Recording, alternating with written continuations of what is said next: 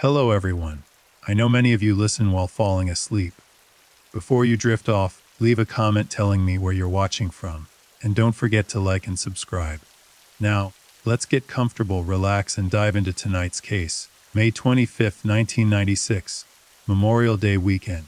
The California Polytechnic State University campus in San Luis Obispo was winding down from another academic year. Students packed their belongings into cars, said goodbyes to friends they'd see again in the fall, and made plans for summer break. The air was warm, filled with that particular energy that comes at the end of a school year. Freedom. Possibility. The whole summer stretching out ahead like an open road. For most students, this weekend would be unremarkable. A party here, a celebration there, maybe a last hurrah before heading home. But for one 19-year-old freshman, this Memorial Day weekend would mark the beginning of a mystery that would haunt a community for more than 2 decades. A mystery that would transform a college town into the center of one of California's most enduring missing persons cases.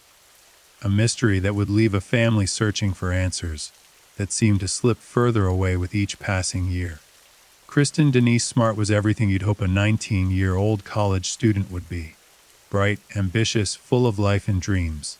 She stood 5 feet 6 inches tall, with an athletic build that came from years of swimming and playing sports. Her blonde hair caught the California sun, and her smile was the kind that made people feel instantly at ease. Friends described her as outgoing, adventurous, someone who embraced life with both hands. She wasn't the type to sit on the sidelines. She was the girl who tried new things, who made friends easily, who lit up a room when she walked in. Kristen had grown up in Stockton, California in a close-knit family. Her parents, Stan and Denise Smart, had raised her alongside her younger brother and sister. The Smart family was the kind of family that actually meant it when they said they were close. They spent time together. They talked. They knew each other's lives. Kristen called home regularly, keeping her parents updated on her classes, her friends, her plans. She wasn't perfect. She was 19, figuring out life like any college freshman, but she was grounded. She had values. She had people who loved her and whom she loved in return. That spring of 1996, Kristen was finishing her freshman year at Cal Poly. She'd chosen the school for its strong architecture program. That was Kristen's dream. She wanted to design buildings, create spaces where people would live and work and build their lives. She had talent. Her professors saw it. She had drive. She was the kind of student who showed up, did the work, pushed herself to be better. Her dorm room in Muir Hall was decorated like any college freshman's space. Posters on the walls, textbooks stacked on the desk, photos of family and friends pinned to a bulletin board. Little pieces of home mixed with the new life she was building. She'd made friends quickly at Cal Poly, the way she always did. There was her roommate. There were girls from her floor, guys from her classes. People gravitated toward Kristen because she was genuine. She didn't play games. She was who she was, and people respected that. Memorial Day weekend, 1996, was supposed to be just another college weekend. Maybe a little more relaxed than usual since the academic pressure was off, finals were over. Kristen had plans to attend an off-campus party on Friday night, May 24th. Nothing unusual about that. College kids went to parties. It was part of the experience. She got ready that evening in her dorm room, probably put on makeup, chose an outfit, maybe talked to her roommate about the night ahead. The party was happening at an off-campus house on Crandall Way, not far from the Cal Poly campus. It was the kind of gathering that happened every weekend in college towns everywhere. Music, people mingling, red cups, conversations that would be forgotten by morning. Kristen went to the party with friends. She wasn't being reckless. She was doing what thousands of college students across America were doing that same night. The party was crowded, loud, typical. Kristen talked with people she knew, met a few new faces. She had a few drinks, nothing unusual for a college party. As the night went on, she seemed to be having a good time. Friends who saw her there later said she seemed happy, normal, maybe a little tipsy as the hours passed, but nothing alarming. Nothing that would make anyone worry. This was just Kristen being 19 at a college party. But as midnight approached and then passed, Kristen began to feel the effects of the alcohol. She wasn't stumbling drunk, but she was clearly intoxicated enough that walking became a challenge. Around 2 in the morning, some of Kristen's friends decided it was time to leave. They found her and suggested walking back to campus together. Kristen agreed. She wanted to go home, back to her dorm room, back to her bed. 3 other students left the party with her. Cheryl Anderson and Tim Davis, who Kristen knew, and a third student named Paul Flores, who Kristen had apparently just met that night or didn't know well. The 4 of them began the walk back toward campus. It was a distance of about 1.5 miles, not terribly far, but far, tired and intoxicated. The streets were quiet. San Luis Obispo wasn't a big city. It was a college town, safe, the kind of place where people didn't lock their doors, where parents sent their children and slept soundly at night knowing they were okay. The group walked together, Kristen struggling somewhat with her balance.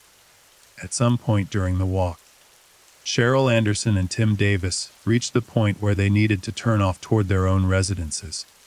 They were heading to different dorms, different directions. They asked Paul Flores, who lived in the same general direction as Kristen, if he would make sure she got back to her dorm safely. Paul agreed, of course he would. It was the decent thing to do. Cheryl and Tim said their goodbyes and headed off into the night. They had no reason to worry. Paul seemed like a regular guy. He was a fellow student. The campus was close. Kristen would be fine. Kristen Smart and Paul Flores continued walking. Just the 2 of them now. A 19-year-old girl who'd had too much to drink and a 19-year-old guy who'd offered to see her home safely. The streetlights cast long shadows on the empty sidewalks. Their footsteps echoed in the quiet. It was the early hours of May 25th now, technically Saturday morning. Most people were asleep. The few who were still awake were either at parties or heading home like Kristen and Paul. According to what Paul Flores would later tell police, he and Kristen walked to her dorm, Muir Hall. He said he helped her to the entrance of the building. He said she went inside. He said he then walked to his own dorm room in Santa Lucia Hall, just a short distance away. He said he went to bed. He said that was the last time he saw Kristen Smart. That was his story, a simple story, an unremarkable story. The kind of story that happens 1,000 times on college campuses. Guy walks girl home. Guy goes home. End of story. Except Kristen Smart never made it to her room. When the sun rose on Saturday, May 25, 1996, Kristen's bed was empty. Her roommate noticed but didn't immediately panic. It was college. Sometimes people stayed out all night. Sometimes they crashed at a friend's place. Sometimes they met someone it happened. But as Saturday turned into Sunday, and Sunday turned into Monday, and there was still no sign of Kristen, no phone call, no message, concern began to grow. Kristen's friends tried calling her. No answer. They knocked on her door. Nothing. They asked around. Had anyone seen Kristen? Had she mentioned plans to go somewhere? The answers were all no. Nobody had seen her since the party Friday night. Nobody knew where she was. This wasn't like Kristen. She kept in touch. She told people where she was going. She didn't just disappear without a word. Monday, May 27th, Memorial Day. While families across America gathered for barbecues and the unofficial start of summer, Kristen Smart's friends were growing increasingly worried. They'd searched the campus. They'd asked everyone they could think of. Nothing. That's when they decided it was time to involve the authorities. A friend contacted the Cal Poly campus police. A 19-year-old student named Kristen Smart had been missing since early Saturday morning. She'd last been seen leaving an off-campus party. Nobody had heard from her in 3 days. The campus police took the report. They began making inquiries. They talked to Kristen's roommate, her friends, people who'd been at the party. They learned about the walk home. They learned about the 4 students who'd left together. They learned that the last person reportedly seen with Kristen Smart was a student named Paul Flores. The campus police went to speak with Paul. He was cooperative. He told them the same story he'd later repeat many times. He'd walked Kristen back to her dorm. He'd helped her to the building. She'd gone inside under her own power. He'd gone home. That was it. He seemed confused about why the police were asking. He'd just been a good Samaritan, helping an intoxicated classmate get home safely. The police had no reason to disbelieve him at this point. He was a student, like Kristen. He had no history with her. No obvious motive, no reason to lie. But the problem was, if Paul's story was true, where was Kristen? If she'd made it to her dorm building, why hadn't she made it to her room? Where had she gone between the entrance of Mala or dorm room door? It didn't make sense. The campus police expanded their search. They checked Kristen's dorm room thoroughly. All of her belongings were there. Her purse, her keys, her identification. Everything she'd need if she'd decided to leave campus. If she'd run away, she'd done it with nothing but the clothes on her back. They checked the campus grounds, the buildings, the parking lots. They talked to more students, more friends, more acquaintances. Had anyone seen anything unusual early Saturday morning? Had anyone heard anything? The answers came back negative. It was as if Kristen Smart had simply vanished into thin air somewhere between a party on Crandall Way and her dorm room in Muir Hall. A distance of barely more than a mile. A walk that should have taken 20, maybe 30 minutes. Somewhere along that route, or somewhere shortly after, Kristen Smart had disappeared. And in those early days of the investigation, nobody knew why, nobody knew how, and nobody knew where she was. The campus police began to realize this was bigger than they'd initially thought. This wasn't a student who'd gone home for the weekend and forgotten to tell anyone. This wasn't a miscommunication. Something was wrong. Very wrong. By Tuesday, May 28th, the San Luis Obispo County Sheriff's Office had been brought in. This was now officially a missing persons investigation. Kristen's parents, Stan and Denise Smart, were notified. The phone call every parent dreads. Your daughter is missing. Nobody's seen her since Friday night. We're doing everything we can. Stan and Denise immediately drove to San Luis Obispo from their home in Stockton, a 4-hour drive that must have felt like an eternity. Every parent's nightmare. Your child goes to college, a safe college in a safe town, and suddenly she's gone. No explanation, no note, no trace, just gone. When they arrived, they met with investigators. They provided photos of Kristen, descriptions, information about her habits, her friends, anywhere she might go. But even as they answered questions, they knew in their hearts something terrible had happened. Kristen wouldn't do this. She wouldn't disappear without contacting them. She was responsible. She was close with her family. If she could call, she would call. The sheriff's office organized search parties. Volunteers from the Cal Poly campus and the local community turned out in droves. Students who'd never met Kristen joined the search because she was one of them, a fellow student, someone's daughter, someone's friend. They walked through fields, through wooded areas around the campus, through construction sites, through every place they could think of. They handed out flyers with Kristen's photo. A beautiful blonde girl with a bright smile. Have you seen her? Please call if you have any information. The flyers went up on telephone poles, in shop windows, on campus bulletin boards. Kristen's face became familiar to everyone in San Luis Obispo. The local media picked up the story. A Cal Poly student had vanished without a trace. The community was shocked. Things like this didn't happen here. This was a safe town, a good place. But the evidence was undeniable. Kristen Smart was gone. Investigators focused heavily on retracing Kristen's last known movements. They interviewed everyone who'd been at the party on Crandall Way. What time had Kristen arrived? Who had she talked to? How much had she had to drink? What was her demeanor when she left? The answers painted a picture of a typical college party and a typical college student having a typical night. Nothing sinister, nothing unusual, until she left to walk home. Cheryl Anderson and Tim Davis, the two students who'd walked partway with Kristen and Paul Flores, were interviewed extensively. They told investigators about the walk, about Kristen's intoxicated state, about their decision to leave her in Paul's care because he lived near her dorm. They felt terrible. If they'd known, if they'd had any idea, they never would have left her. But how could they have known? Paul was just another student, just a guy walking a girl home. They had trusted him to do the right thing. Paul Flores was interviewed again. His story never changed. He'd walked Kristen to her dorm. She'd gone inside. He'd gone home. Investigators asked for details. Exactly where did you walk? What route did you take? What did you and Kristen talk about? Did anyone see you? Did you see anyone? Paul provided answers, but the details were vague. He couldn't remember exactly what they'd talked about. He thought they'd taken the usual route but wasn't completely sure. He didn't remember seeing anyone else. It was late, the streets were empty. As for witnesses who might have seen them, none came forward initially. Paul told investigators he'd gone back to his dorm room in Santa Lucia Hall. His roommates were interviewed. Did they see Paul come home that night? What time? What was his demeanor? The roommates' accounts were somewhat unclear. College kids, late night, people coming and going. Nobody was really paying attention to exactly when Paul got back or what condition he was in. But there was one detail that investigators found interesting.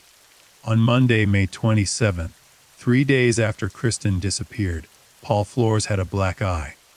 When asked about it, Paul said he'd gotten into a fight at a party or bumped into something.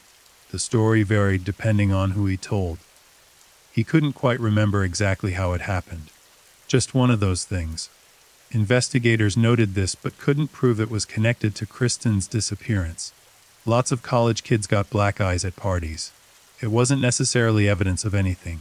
Still, the timing was suspicious. The last person seen with a missing girl shows up 3 days later with a black eye and can't give a straight answer about how he got it. It was worth noting, worth remembering.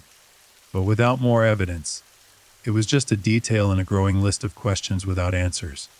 As June arrived and Kristen had been missing for over a week, the investigation expanded. The FBI was brought in to assist. This was now a major missing persons case, possibly an abduction, possibly worse. Kristen's face was everywhere. National media picked up the story. A beautiful college student vanishes from a safe campus in California. It had all the elements that captured public attention. Kristen's parents did interviews pleading for information, pleading for their daughter's safe return. Denise Smart's face, etched with worry and grief, became almost as familiar as Kristen's. A mother's anguish, raw and real, broadcast into living rooms across America. Stan Smart stood beside his wife, his jaw set, his eyes filled with determination. They would find their daughter. They would bring her home. But as the days turned into weeks, and the weeks began to turn into months, the grim reality settled in. Kristen Smart wasn't coming home, not on her own. The chances of finding her alive diminished with each passing day. The search shifted from rescue to recovery, though nobody wanted to say it out loud. Investigators executed search warrants. They searched Paul Flores' dorm room. They found nothing obviously incriminating. No signs of violence, no blood, no evidence that Kristen had ever been there. But they did note that Paul's mattress had a spot on it.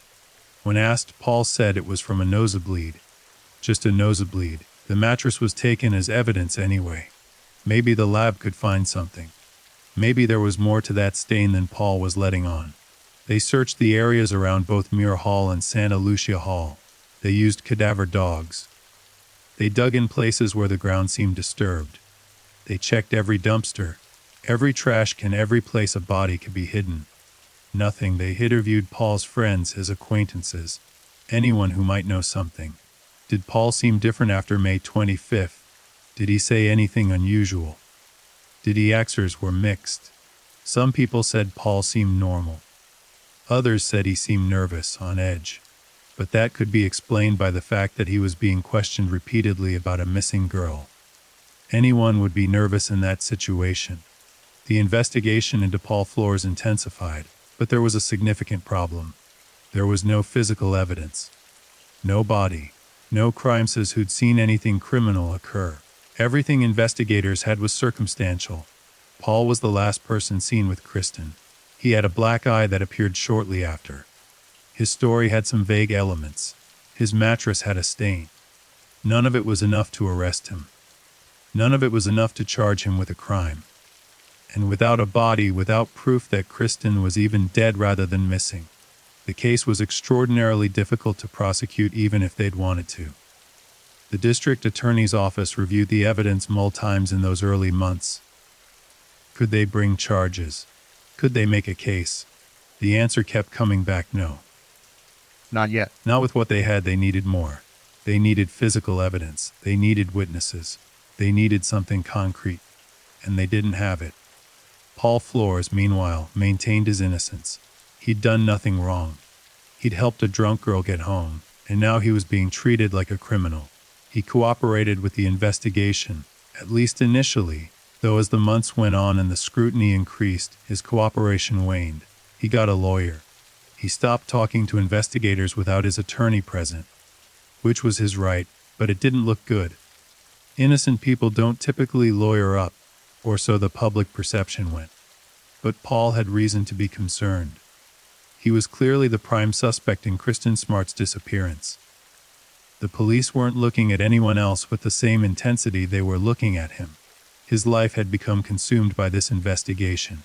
He couldn't go anywhere on campus without people staring, without people whispering. That's him. That's Paul Flores. That's the guy who was with Kristen Smart when she disappeared. The weight of suspicion hung over him like a dark cloud. And still Kristen was nowhere to be found. Summer 1996 arrived with no answers. The Cal Poly campus emptied as students went home for break, but the investigation into Kristen Smart's disappearance continued. Investigators worked through the heat of June and July, following leads that mostly went nowhere. Tips came in regularly. Someone thought Kristen at a gas station in Northern California. Another caller was certain they'd spotted her in Los Angeles. Each tip was investigated, each lead followed, but none of them panned out. The girl at the gas station wasn't Kristen. The woman in Los Angeles was someone else entirely. Kristen Smart seemed to have vanished completely, leaving no trail, no clues, nothing for investigators to follow. Her bank accounts showed no activity after May 24th. Her student ID card was never used again. Her social security number never appeared in any system. It was as if she'd ceased to exist the moment she walked away from that party with Paul Flores. The Smart family refused to give up hope, at least publicly. Denise and Stan Smart established a foundation in Kristen's name, dedicated to finding missing persons and supporting families going through similar nightmares. They kept Kristen's case in the public eye, doing interviews whenever media outlets would have them, organizing awareness events, keeping pressure on law enforcement to continue investigating. Privately, the toll was devastating. Their daughter was gone. They didn't know if she was alive or dead. They didn't know if she was suffering somewhere, if she needed them, if she was calling out for help that would never come, or if she'd died quickly that night and was somewhere waiting to be found.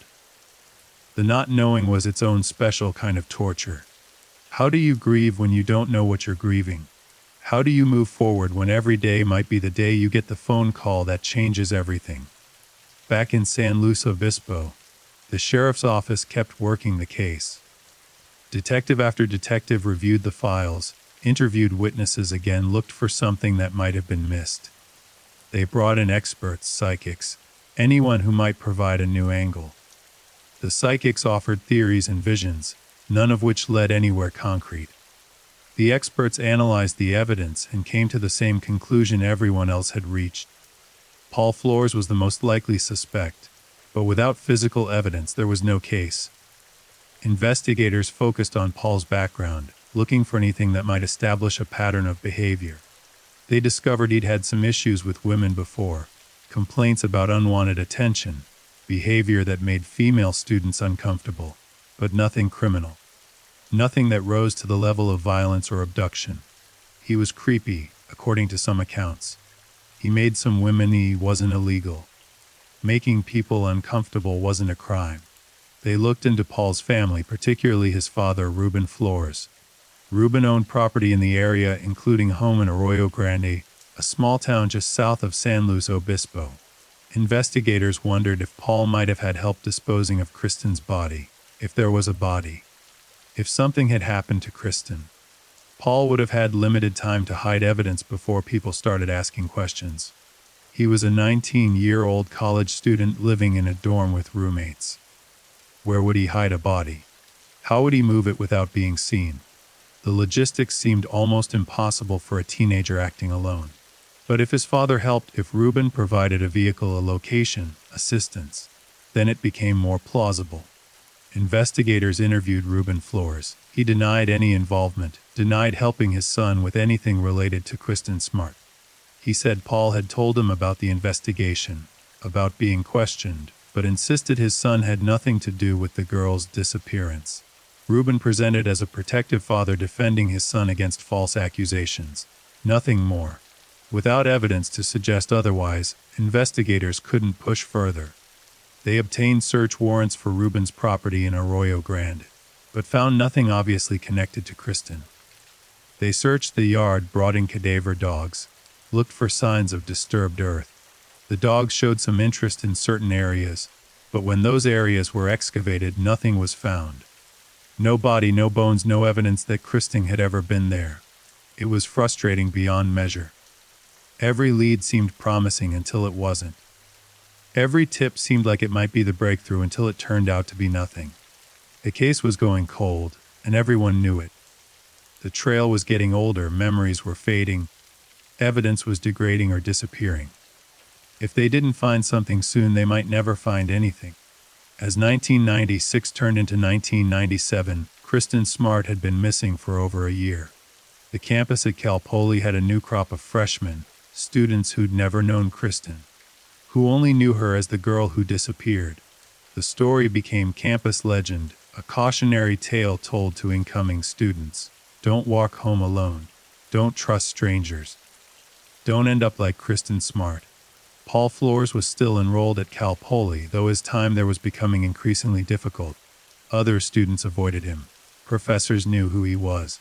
He was the subject of whispers and stares everywhere he went. Eventually, the pressure became too much.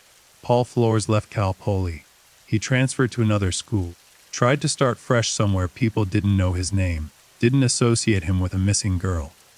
But the investigation followed him. Wherever Paul went, investigators kept tabs. They watched. They waited.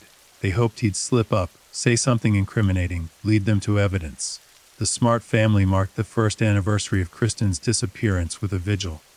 Friends, family, community members gathered to remember Kristen, to show support for her parents, to demonstrate that she wasn't forgotten. Candles flickered in the gathering dusk. People held photos of Kristen, that same bright smile staring out from poster board and picture frames. Denise Smart spoke through tears about her daughter, about her laugh, about her dreams, about the hole in their family that could never be filled. Stan Smart stood beside her, his arm around his wife's shoulders, his face a mask of controlled grief. They thanked everyone for coming, for remembering, for not giving up, because they couldn't give up. Not ever, not until Kristen came home. The vigil ended with a moment of silence. 100 people standing quietly in the fading light, thinking about a girl who should have been there but wasn't. A girl who should have been finishing her sophomore year of college, but instead was God knows where, in God knows what condition. Years passed. 1998, 1999, 2000. The millennium changed, but the case remained unsolved. Kristen Smart was still missing. The sheriff's office maintained the investigation as an open case, but realistically, there was little active work being done. New detectives would be assigned periodically, would review the files, would re-interview Paul Flores if he'd consent, which he increasingly wouldn't. The evidence hadn't changed. Paul was still the last known person to see Kristen. He still had that suspicious black eye. His story still had vague elements. But none of it was enough. The district attorney still couldn't bring charges. The case sat in a kind of limbo. Not cold enough to completely shelve. Not hot enough to actively pursue. It was a frustrating middle ground where everyone knew who was probably responsible but couldn't prove it. The Smart family's anguish continued year after year. Birthdays came and went. Kristen's 20th birthday in 1997. Her 21st in 1998. Each year marking another year she was gone. Her room at home remained largely as she'd left it, a shrine to a girl frozen in time at 19 years old. Her younger siblings grew older, graduated high school, went to college themselves, started careers. Life moved forward for everyone except Kristen, and for her parents, stuck in the perpetual present of May 1996, unable to move forward, unable to go back. They existed in a strange space between hope and despair.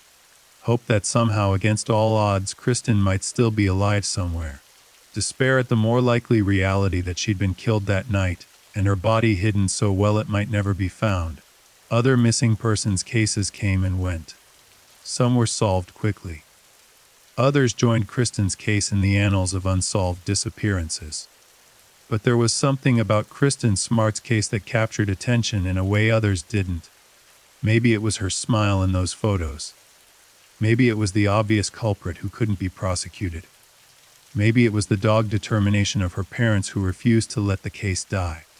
Whatever the reason, Kristen's case maintained a presence in the public consciousness, particularly in California. People remembered her. They wondered what happened to her. They watched for breaks in the case. And they judged Paul Flores, convicted him in the court of public opinion even though actual court had charged him with a crime. Paul Flores' life was irrevocably changed by the suspicion surrounding him. He moved frequently, worked various jobs, never quite able to settle anywhere permanently.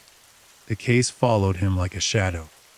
Employers would Google his name and find articles about Kristen Smart. Neighbors would recognize him and avoid him. Women who met him would eventually learn about the missing girl he'd been connected to and would distance themselves. He couldn't escape it. He gave occasional interviews over the years, always maintaining his innocence, always insisting he had nothing to do with Kristen's disappearance. He portrayed himself as a victim, someone whose life had been ruined by being in the wrong place at the wrong time. Just a guy who tried to help a drunk girl get home, and became the scapegoat for a tragedy he had nothing to do with.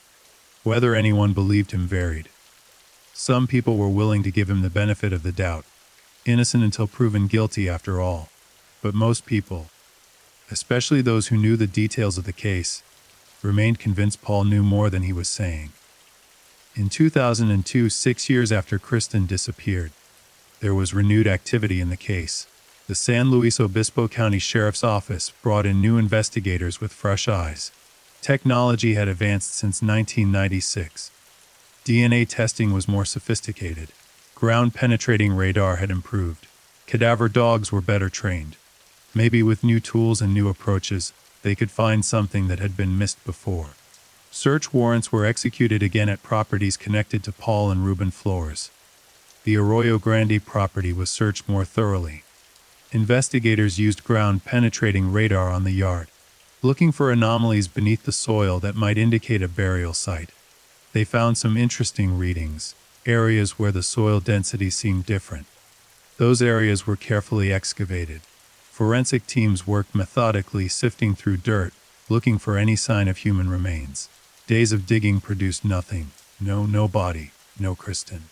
They searched other properties Ruben had owned or had access to over the years. Vacant lots, storage units, anywhere a body might have been hidden.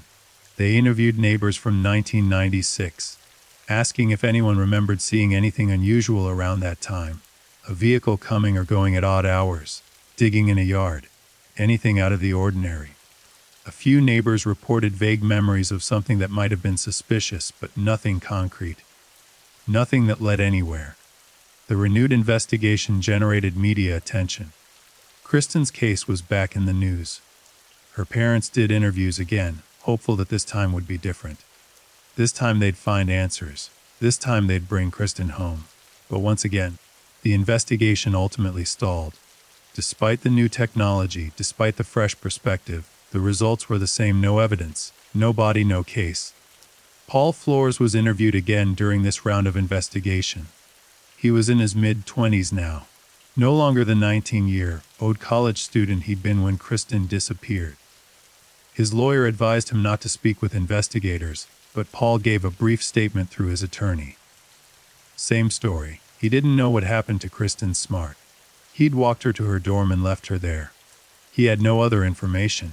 He wanted to be left alone. The harassment needed to stop. He was an innocent man whose life had been destroyed by unfounded suspicion. The investigators didn't believe him, but believing wasn't the same as proving. They still couldn't prove anything. After months of renewed effort, the case went quiet again. Not closed, never closed, but not actively worked either. Back into the limbo where it had existed for years. The mid-2000s brought a new development that would eventually prove significant, though nobody knew it at the time. A student at Cal Poly named Chris Lambert became interested in Kristen Smart's case. He'd heard the stories about the girl who disappeared from campus back in '96. As a journalism student, he was drawn to the mystery. Why had this case never been solved? Why hadn't anyone been arrested when it seemed obvious was responsible? Chris started researching. He dug through old newspaper articles, court documents, police reports that were publicly available. He requested records through the Freedom of Information Act. He interviewed people connected to the case, former students who'd been there in 1996, investigators who'd worked the case, family friends of the Smarts. He became somewhat obsessed with understanding what had happened to Kristen Smart and why justice had never been served. Chris Lambert spent years gathering information, piecing together the timeline, understanding the evidence and the lack thereof. He talked to the Smart family, got their blessing to tell Kristen's story in a way that bring new attention to the case. And in 2016, 20 years after Kristen Smart disappeared, Chris Lambert launched a podcast called Your Own Backyard. The podcast was a deep dive into Kristen's case, laying out all the evidence, the timeline, the suspects, the investigation's failures and successes. Chris's approach was methodical and compelling. He presented the facts clearly, interviewed key witnesses, and built a narrative that made it impossible to ignore the likelihood that Paul Flores was responsible for Kristen's disappearance.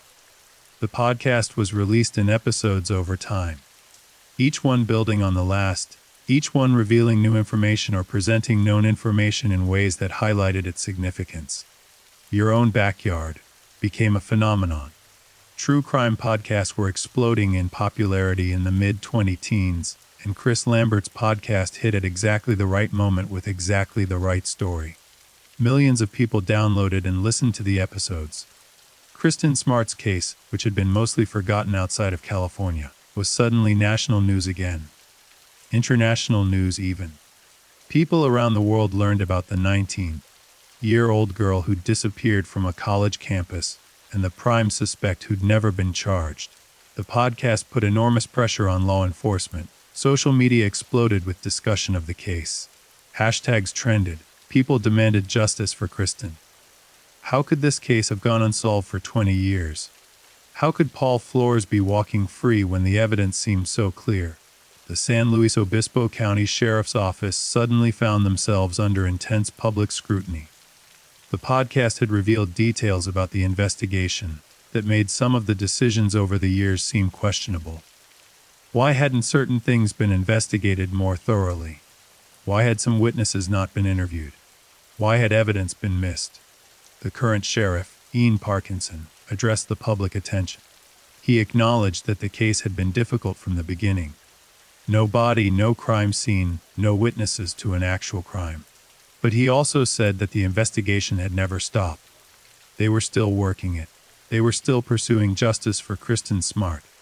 And the renewed public attention was actually helping. New witnesses were coming forward. People who'd been afraid to speak 20 years ago, or who hadn't realized the importance of what they knew, were now contacting investigators with information. The podcast created a groundswell of support for the Smart family. Denise and Stan had been fighting this fight largely alone for 2 decades. Now they had millions of people behind them, demanding answers, demanding justice. The emotional toll of having Kristen's case thrust back into the spotlight was significant, but it also brought hope. Real hope for the first time in years. Maybe this time would be different. Maybe the public pressure would force law enforcement to take another hard look. Maybe after 20 years, they'd finally get the answers they desperately needed. Chris Lambert's podcast didn't just tell Kristen's story. It reinvigorated an investigation that had languished for years. It brought new energy, new witnesses, new tips, and it made it impossible for anyone involved to let the case fade away again. Among the new witnesses who came forward after the podcast aired were several women who'd had disturbing encounters with Paul Flores over the years. Women who said he'd assaulted them, attacked them, made them fear for their safety. These incidents had occurred in the years since Kristen's disappearance, and most hadn't been reported to police at the time. The women had been afraid, or hadn't thought they'd be believed, or had tried to just move on with their lives. But hearing the podcast, learning about Kristen, understanding they might not be the only ones, gave them the courage to speak up. Their accounts painted a picture of Paul Flores as someone capable of violence against women, someone who didn't take no for an answer, someone who became aggressive when rejected, or when he didn't get what he wanted. These accounts couldn't be used to prosecute him for Kristen's disappearance, but they established a pattern of behavior that supported the theory that he was capable of harming her. Other witnesses came forward with information from that night in May 1996. People who'd been at the party, people who'd been on campus in the early morning hours, people who'd seen or heard things they hadn't reported before. Some had been too scared to come forward years ago, worried about retaliation or getting involved in a major case. Others genuinely hadn't realized the significance of what they'd witnessed until the podcast laid out the entire timeline, and they understood where their piece fit. One witness reported seeing Paul Flores in an area of campus he shouldn't have been that night, far from the direct route between the party and the dorms. Another witness remembered seeing Paul the next day and noticing scratches on his hands and arms, injuries he'd explained away as being from a minor accident. These details, 2 decades old, were difficult to verify but added to the growing body of circumstantial evidence.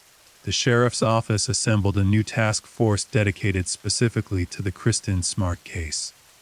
They reviewed every piece of evidence again, every interview, every tip. They re-interviewed key witnesses with the benefit of 20 years of investigative experience and new forensic techniques. They looked at Paul Flores' life since 1996, tracking his movements, his residences, his associates. They looked at Ruben Flores' properties again. Not just the ones he'd owned in '96, but any he'd acquired since. They used advanced ground-penetrating radar more sophisticated than what had been available in earlier searches. And they began building a new case. A case built on the foundation of the original investigation, but strengthened by new witness testimony, new forensic analysis, and new legal strategies. It was a massive undertaking, but for the first time in years, investigators felt like they were making real progress.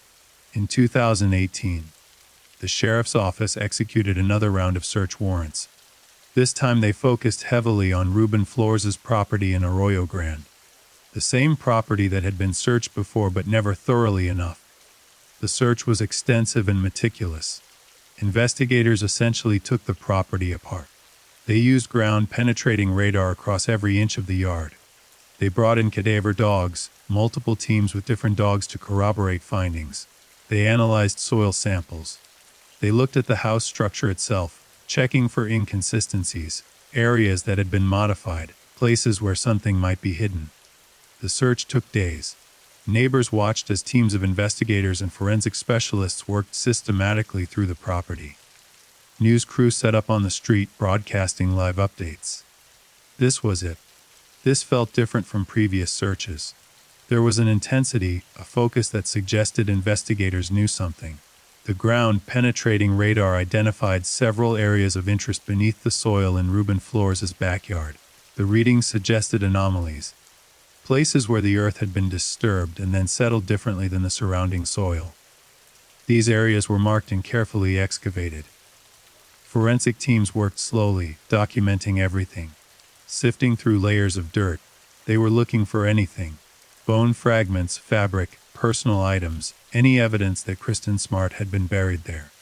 The excavation produced some interesting findings, including what appeared to be decomposition byproducts in the soil. The presence of certain chemical compounds can indicate that human remains were once present, even if those remains have since been moved. The soil samples were sent to labs for detailed analysis. The results would take time, but they were promising. Something had been buried in Ruben Flores' backyard. The question was what, and more importantly, was it Kristen? While waiting for forensic results, investigators focused on building their case through other means. They worked with prosecutors in the district attorney's office to determine what would be needed for charges. The legal landscape had changed since 1996. Case law on prosecuting murders without a body had evolved. There were precedents now that didn't exist before. If they could build a strong enough circumstantial case, if they could establish that Kristen was dead and that Paul Flores was responsible, they might be able to charge him even without recovering her body. It was a high bar to clear, but it wasn't impossible. The district attorney's office began working closely with investigators, reviewing evidence, identifying what was strong and what needed more development. They brought in experts on no-body homicide prosecutions, lawyers who'd successfully tried similar cases in other jurisdictions. They studied those cases, learned from them, adapted strategies that had worked elsewhere. The forensic results from the soil samples came back. The findings were consistent with human decomposition. The chemical signatures matched what would be expected if a body had been buried in that location and later removed. It wasn't definitive proof that Kristen Smart had been buried there, but combined with everything else, it was significant. The location was Reuben Flores' property. Reuben was Paul's father. Paul was the last person seen with Kristen. The timeline fit. The evidence fit. The pieces were coming together. Investigators felt they were close. After more than 2 decades, they might finally be able to bring charges. But they needed to be absolutely certain. Once they arrested Paul and Reuben, if they were going to arrest Reuben as an accessory, they'd have one shot at trial. If the prosecution failed, double jeopardy would attach. Paul could never be tried again for Kristen's murder. The case had to be airtight. The evidence had to be overwhelming. They couldn't afford to rush and risk losing.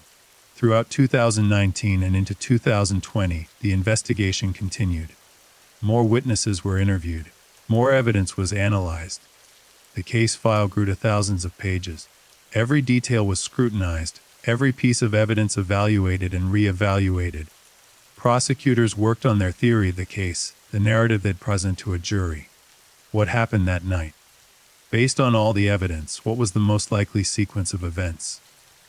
The theory went like this: Paul Flores walked Kristen Smart toward her dorm but took her to his dorm instead. Either he attacked her there, or she died accidentally during a sexual assault. Either way, she ended up dead in his dorm room. Paul panicked. He called his father. Reuben came to campus, helped move the body, took it to his property in Arroyo Grande. They buried Kristen in the backyard.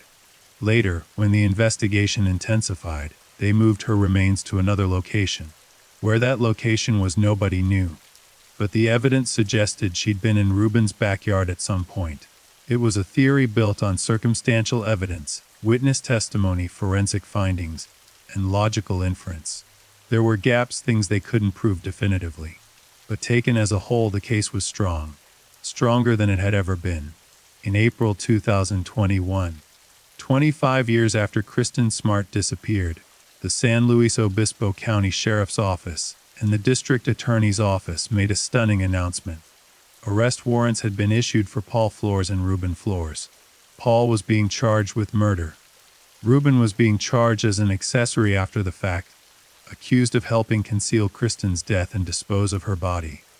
The arrests were executed simultaneously at the residences where Paul and Reuben were living. News of the arrests spread quickly. It was major national news.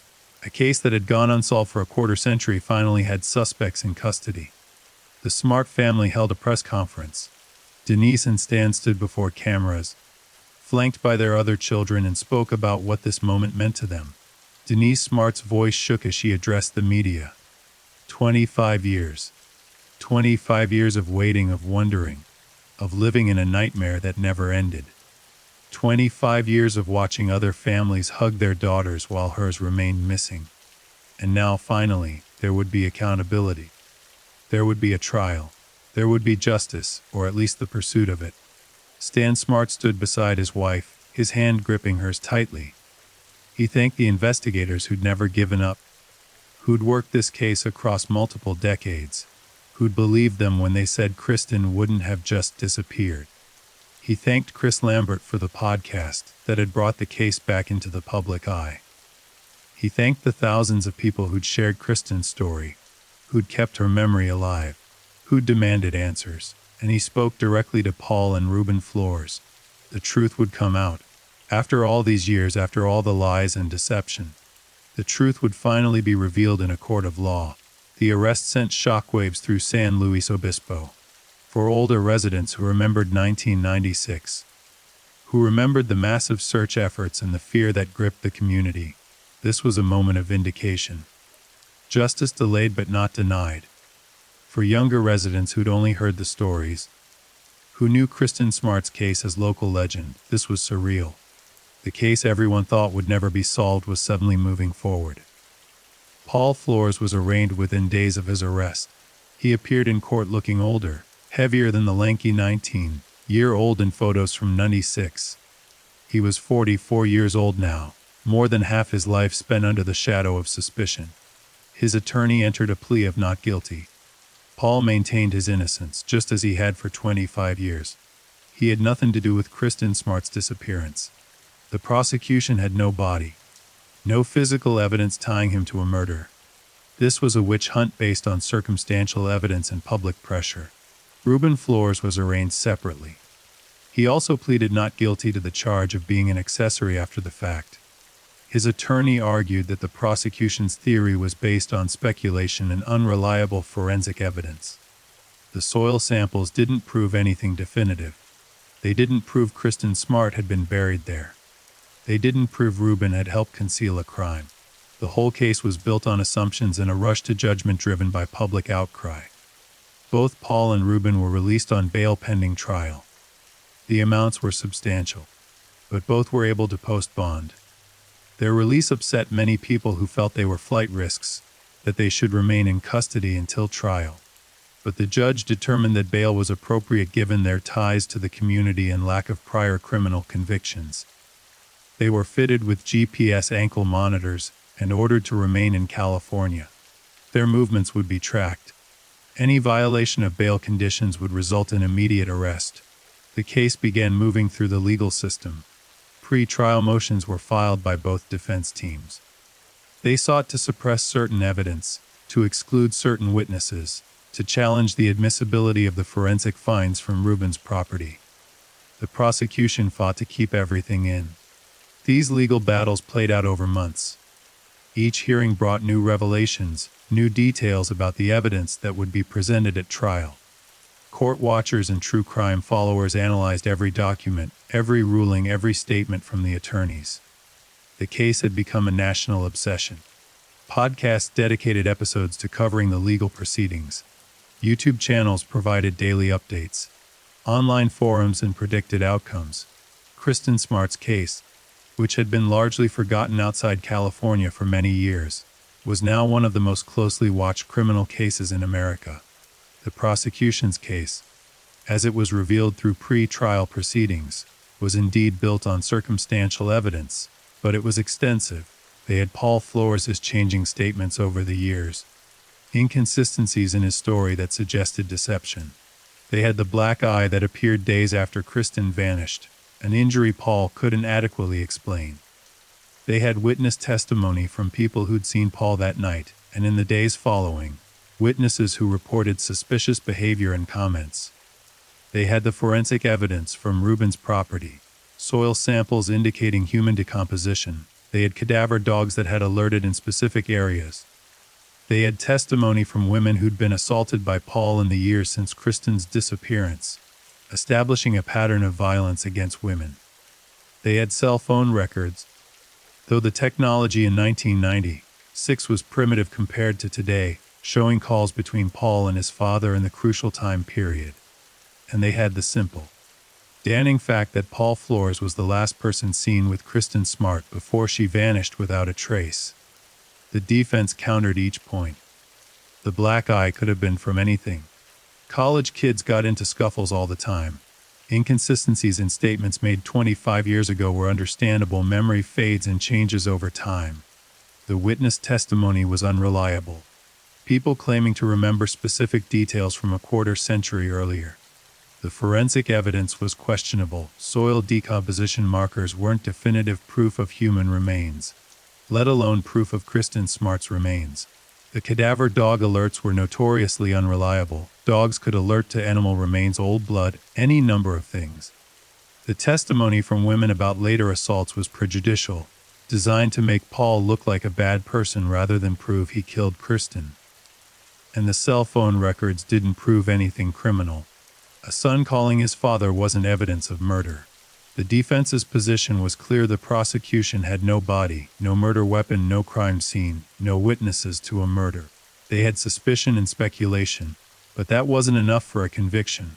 As the case moved toward trial, scheduled for 2022, both sides prepared extensively. The prosecution team worked to refine their narrative, to present the circumstantial evidence in a way that would convince a jury beyond a reasonable doubt. They brought in expert witnesses who would testify about soil analysis, about cadaver dog reliability, about the behavior patterns of sexual predators. They prepared their witness list. People who'd known Kristen, people who'd been at the party that night, people who'd had interactions with Paul Flores. They worked with the Smart family to select photos and personal items that would help the jury see Kristen as a real person, not just a name in a decades-old case. Denise and Stan Smart would testify, would tell the jury about their daughter, about the impact her loss had on their family, about 25 years of not knowing. The defense teams, both Paul's and Rubin's, prepared their own strategy. They would attack the reliability of every piece of evidence. They would highlight the lack of physical proof. They would suggest alternative theories, that Kristen had run away, that she'd been abducted by a stranger, that she'd met with misadventure that had nothing to do with Paul Flores.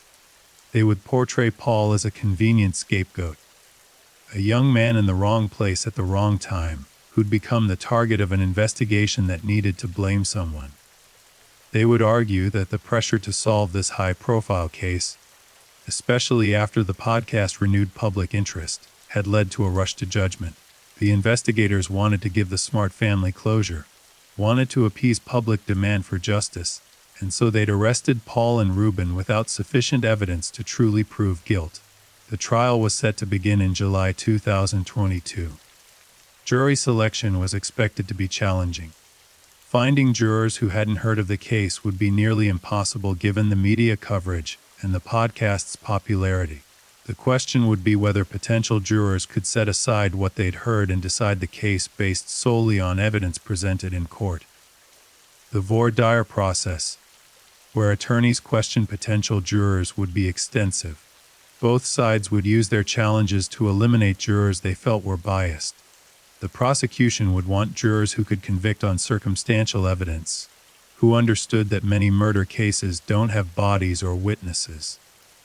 The defense would want jurors who held the state to its burden of proof, who wouldn't convict without physical evidence, who understood that suspicion wasn't the same as guilt. But before the trial could begin, there was a significant development. In April 2022, just months before the scheduled trial date, prosecutors announced they'd found additional evidence.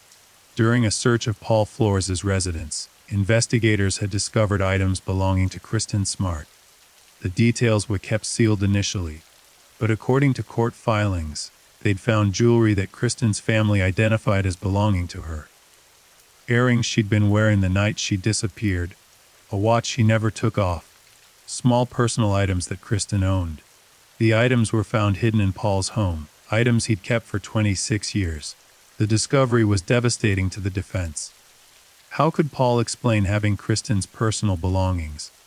There was no innocent reason for him to possess items belonging to a girl who disappeared after being in his company.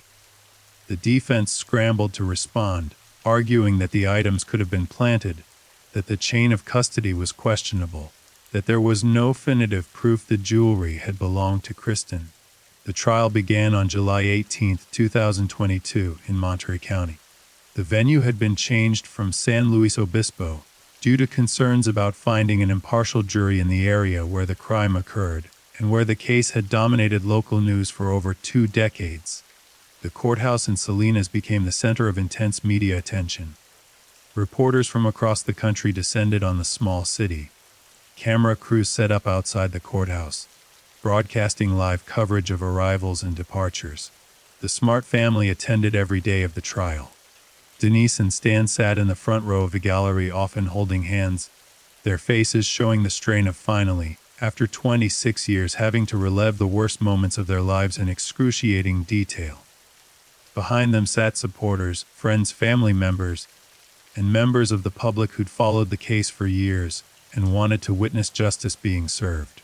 Paul Flores sat at the defense table, wearing a suit, looking uncomfortable but maintaining the same defiant posture he'd held for decades. He was innocent. He'd done nothing wrong. This trial was a travesty. His attorney sat beside him, ready to fight every piece of evidence the prosecution presented. At a separate defense table sat Reuben Flores with his own attorney. Though their cases were connected, they were being tried separately but simultaneously, an unusual arrangement that required careful management by the judge.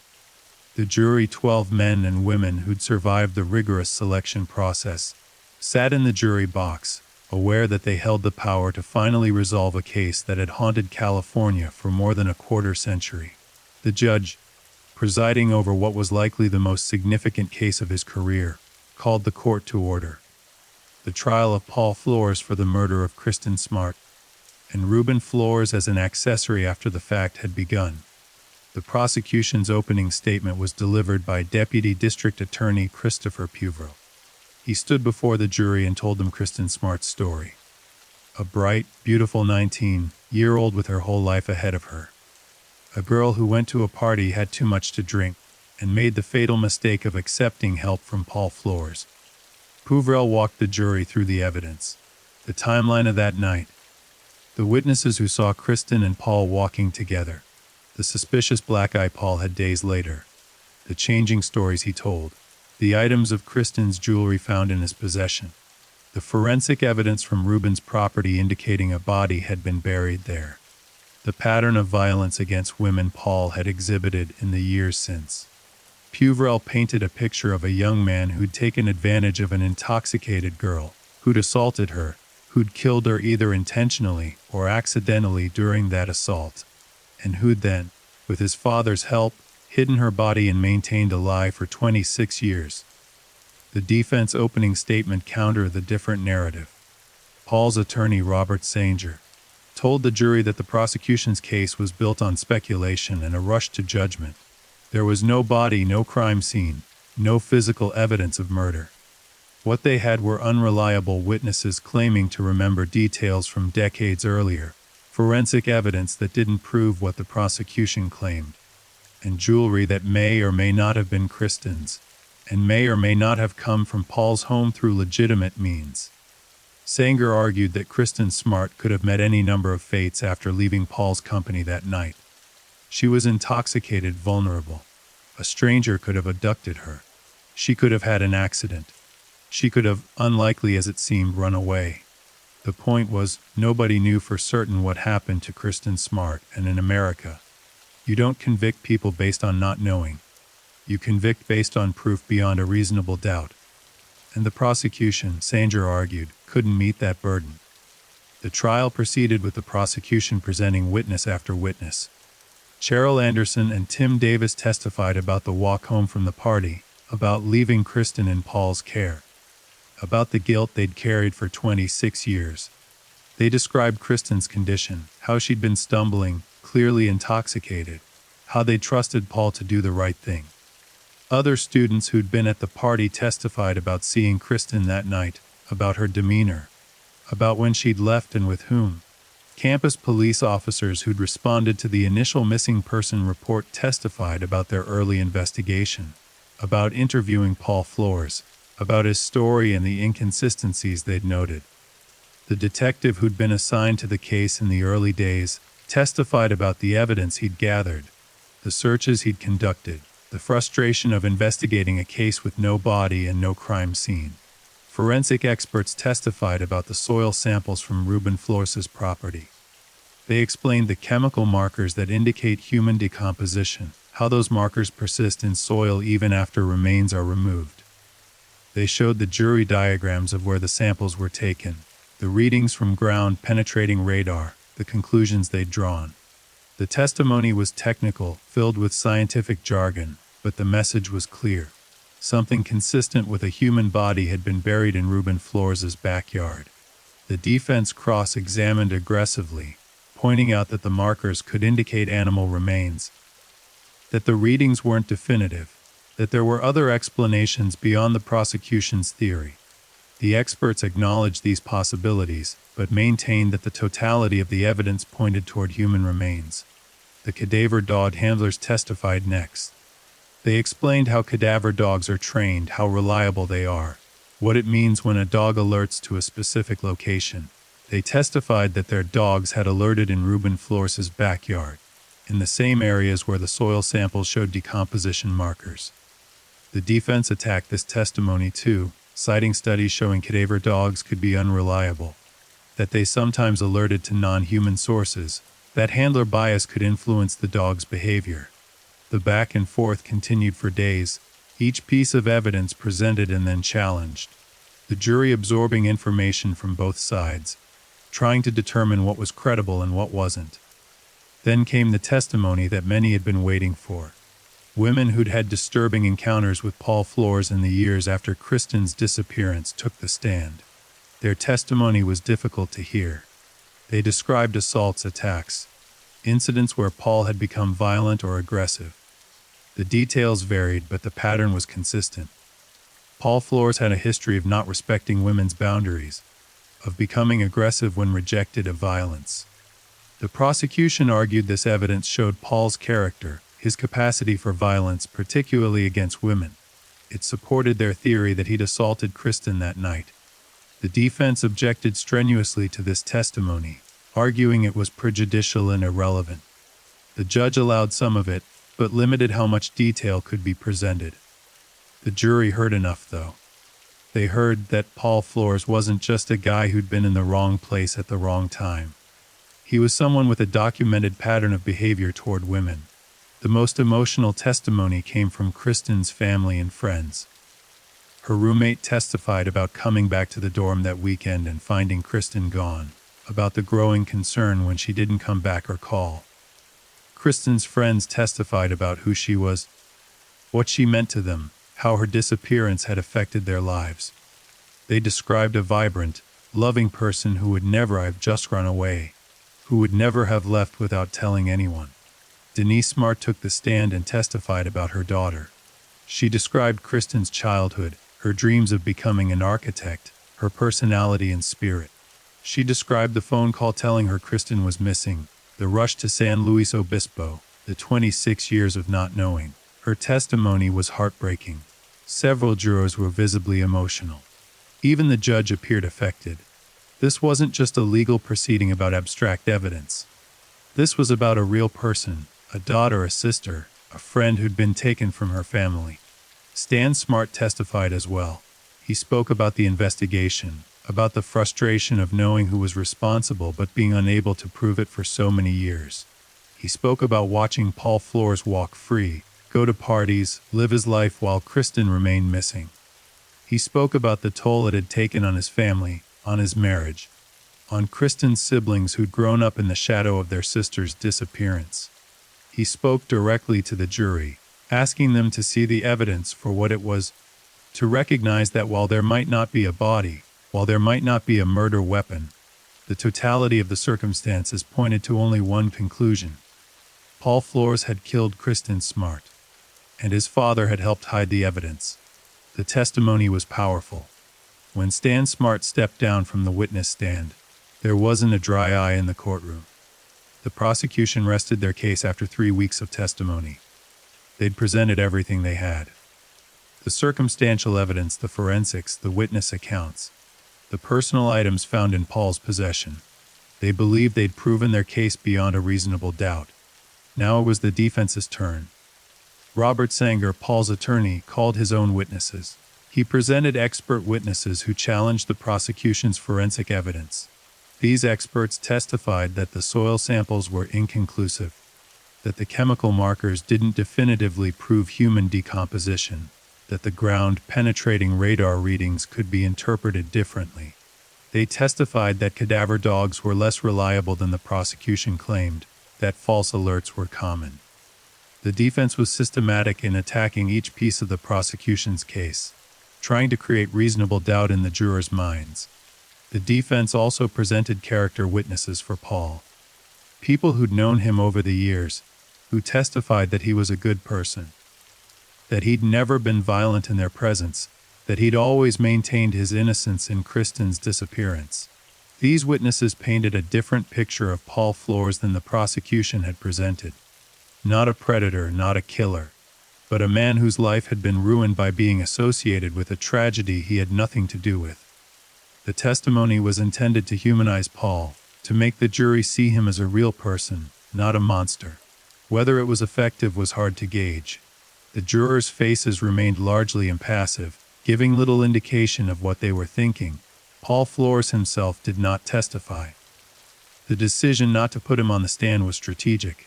If Paul testified, he'd be subject to cross-examination by the prosecution, and given the inconsistencies in his statements over the years, that cross-examination could be devastating. The defense invoked Paul's Fifth Amendment right not to testify, and the judge instructed the jury that they could not hold that against him, that the burden of proof remained on the prosecution. But practically, juries often wonder why a defendant wouldn't testify if they're truly innocent. The decision not to testify was risky, but the defense clearly felt the risk of testimony was greater. Ruben Flores' defense followed a similar strategy. His attorney argued that there was no proof Ruben had helped dispose of a body or conceal a crime. The evidence from his property was inconclusive. Just because something might have been buried there didn't mean Ruben knew about it or was involved. The prosecution's theory required the jury to believe that Ruben had helped his son commit a heinous crime, and had kept that secret for 26 years. The defense argued that was speculation, not proof. They presented witnesses who testified about Ruben's character, about his relationship with Paul, about how he'd always believed in his son's innocence. Like Paul, Ruben did not testify. Both defendants remained silent, letting their attorneys speak for them. After 6 weeks of testimony, both sides presented their closing arguments. The prosecution went first. Christopher Puvrell stood before the jury and methodically walked through the evidence one more time. He constructed a timeline of that night, showing how all the pieces fit together. Kristen left the party with Paul Flores. They walked together. Somewhere during that walk, or shortly after, Paul attacked Kristen. She died. Paul panicked and called his father. Ruben came to help. They moved Kristen's body to Ruben's property. They buried her. Later, when the investigation intensified, they moved her remains again. Where she was now, nobody knew, but the evidence proved she'd been killed, and it proved Paul and Ruben were responsible. Puvrell reminded the jury of Kristen's jewelry found in Paul's possession. How else could he have those items unless he'd taken them from her? He reminded them of the forensic evidence, the witness testimony, the pattern of behavior. He asked the jury to bring justice for Kristen Smart, to give her family the answers they'd sought for 26 years. The defense closing arguments followed. Robert Sanger addressed the jury with a different perspective. He reminded them of the fundamental principle of American justice: innocent until proven guilty beyond a reasonable doubt. He went through the prosecution's case piece by piece, pointing out the weaknesses, the gaps, the assumptions. There was no body. Think of no body. In a murder case, the most fundamental piece of evidence was missing. The prosecution was asking the jury to convict based on theories and speculation. The soil samples, inconclusive, could be anything. The cadaver dogs, unreliable. The jewelry, no definitive proof it was Kristen's, no proof of how it came to be where it was allegedly found. The witnesses, memories from 26 years ago, influenced by media coverage and the podcast. Sanger argued that the prosecution had failed to meet its burden. They'd presented suspicion, not proof, and suspicion, no matter how strong, wasn't enough for a conviction. He asked the jury to do the difficult thing, the right thing, and find Paul Flores not guilty. Ruben Flores' attorney made similar arguments. His client was being prosecuted for being a father who believed in his son. The evidence that something had been buried in his backyard. Even if you believe that, and the defense argued you shouldn't, it didn't prove Ruben knew about it or was involved. The prosecution wanted the jury to believe that a father had helped his son hide a body, had kept that secret for over 2 decades, had lied to investigators repeatedly. Where was the proof? Where was the evidence of Ruben's involvement beyond the fact that he owned property where something might have been buried? It wasn't there. The prosecution had built a theory, a story that fit the evidence they had, but theories aren't convictions. Stories aren't verdicts. The attorney reminded the jury that Ruben was 77 years old, a man who'd lived his whole life in this community, who'd never been in trouble with the law. And now, in his twilight years, he was being accused of being an accessory to murder based on questionable forensic evidence and speculation. It was wrong. It was unjust. And the jury needed to see through. The prosecution got the final word, as they always do. In rebuttal, Christopher Puvrell addressed the defense's arguments. Yes, there was no body. But that didn't mean was no murder. California law allowed for murder convictions without a body if the evidence was sufficient. And the evidence was more than sufficient here. The jewelry wasn't just random items. It was Kristen's jewelry, identified by her family, found in Paul Flores' possession. How did it get there? There was only one explanation. The soil evidence wasn't inconclusive. Multiple experts, using different methods, all found the same thing. Human decomposition markers in Ruben Flores' backyard. The cadaver dogs alerted to the same locations. Was all of that just coincidence? Or was it evidence that Kristen Smart had been buried there? Puvrell asked the jury to use their common sense, to look at the totality of the evidence, to see the pattern. Paul Flores was the last person with Kristen. He had injuries days later he couldn't explain. He had her jewelry. His father's property showed signs of a buried body. The pieces all fit together. The defense wanted the jury to look at each piece of evidence in isolation and find it wanting. But that wasn't how circumstantial cases worked. You had to look at everything together. And when you did, there was only one conclusion. Paul Flores murdered Kristen Smart, and Ruben Flores helped cover it up. The jury received the case on October 13, 2022. They retired to deliberate, taking with them binders full of evidence, photographs, forensic reports, witness testimony transcripts. The deliberations were expected to take days, possibly weeks given the complexity of the case and the amount of evidence to review. The Smart family waited anxiously. After 26 years, their daughter's fate was in the hands of 12 strangers. Those strangers would decide if Paul and Ruben Flores were guilty or if they'd walk free. The tension was unbearable. Denise and Stan couldn't eat, couldn't sleep. They stayed close to the courthouse, waiting for word. News crews maintained their vigil outside, ready to broadcast the verdict the moment it came. Online, thousands of people who'd followed the case waited for updates. The anticipation was intense. The jury deliberated for 2 days. On October 18, 2022, word came that they'd reached verdicts. The courtroom filled quickly. The Smart family took their seats, holding hands, bracing themselves for whatever came next. Paul and Ruben Flores were brought in, both looking tense, both knowing their lives hung in the balance. The judge entered and took the bench. He asked the jury foreman if they'd reached verdicts. The foreman, a middle-aged man who'd sat impassively through weeks of testimony, stood and said they had. The clerk took the verdict forms. The moment stretched out, silent, heavy with anticipation. Then the clerk began to read. In the case of the People versus Paul Flores on the charge of murder, the jury found the defendant guilty. The courtroom erupted. Denise Smart collapsed into her husband's arms, sobbing. Stan held her, tears streaming down his own face. Behind them, supporters cheered and cried. The judge called for order, banging his gavel. Paul Flores sat motionless at the defense table, his face blank, processing what he'd just heard. Guilty. After 26 years of maintaining his innocence, a jury of his peers had convicted him of murdering Kristen Smart. But there was a second verdict to read. In the case of the People versus Ruben Flores, on the charge of being an accessory after the fact, the jury found the defendant not guilty. The courtroom's reaction was mixed. Some people were confused, others disappointed. How could Paul be guilty but not Ruben? How could the jury believe Paul killed Kristen but not believe his father helped? The verdict seemed contradictory, but the jury had spoken. They'd convicted Paul based on the evidence against him, but they'd found the evidence against Ruben insufficient. Perhaps they believed something had been buried in his yard, but weren't convinced he'd known about it. Perhaps they felt the prosecution hadn't proven Ruben's involvement beyond a reasonable doubt.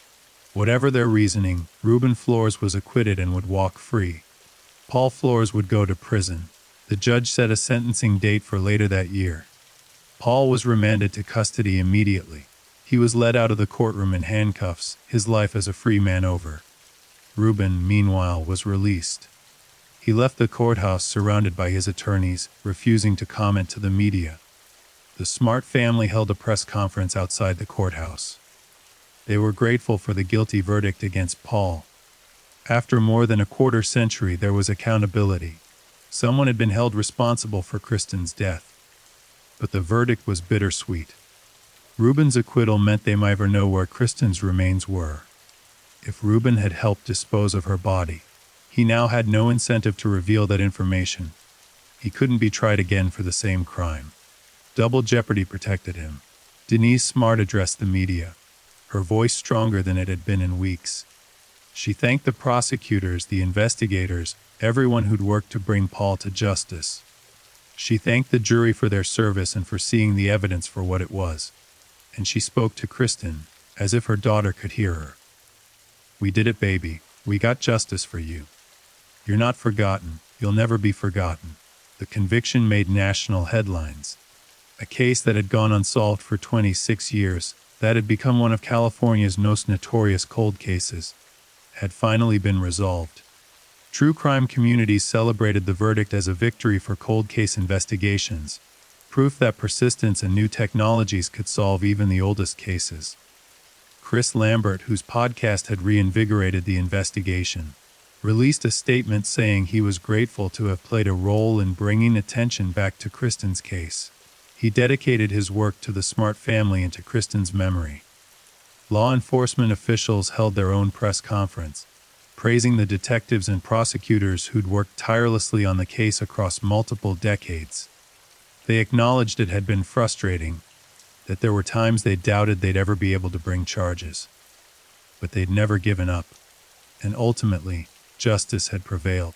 Paul Flores' sentencing hearing was held on December 16, 2022. The hearing gave the Smart family an opportunity to address Paul directly, to tell him about the impact his actions had on their lives. Denise Smart spoke first. She stood at a podium facing Paul, who sat at the defense table, and told him exactly what he'd taken from her. "My daughter, my baby, you took her from us and you took her future. You took her dreams of becoming an architect. You took her chance to fall in love, to get married, to have children. You took all the moments I should have had with her. Graduations, weddings, grandchildren. You took 26 years of not knowing, of wondering, of hoping she might still be alive somewhere. You took my peace. You took my ability to sleep at night. You stole my daughter's life and you stole a piece of mine. And for what? Because she was drunk and vulnerable.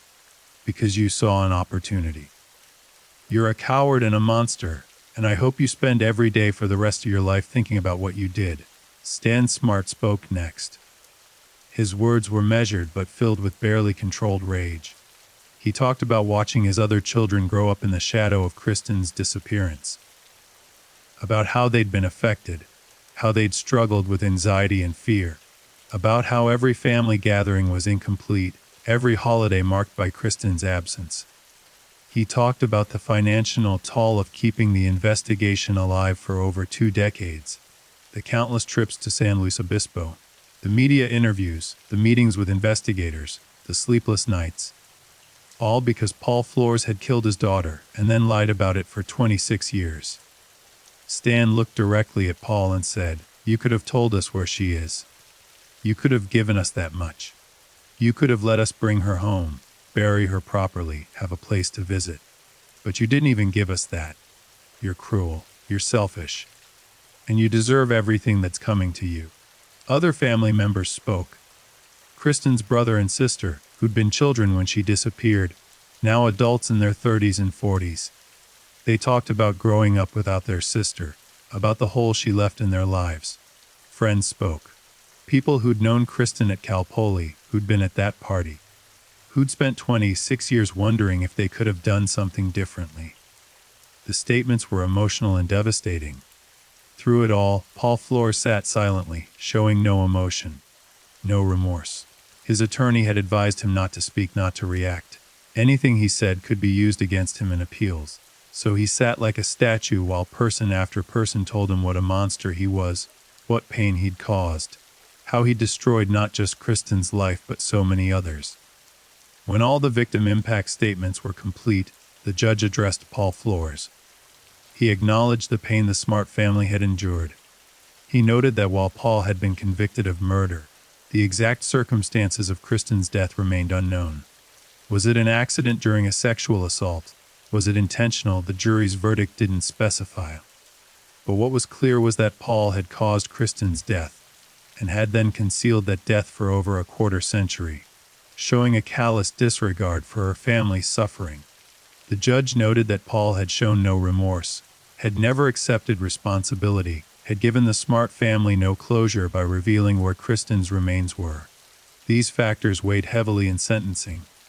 Under California law, the crime Paul was convicted of carried a sentence of 15 years to life.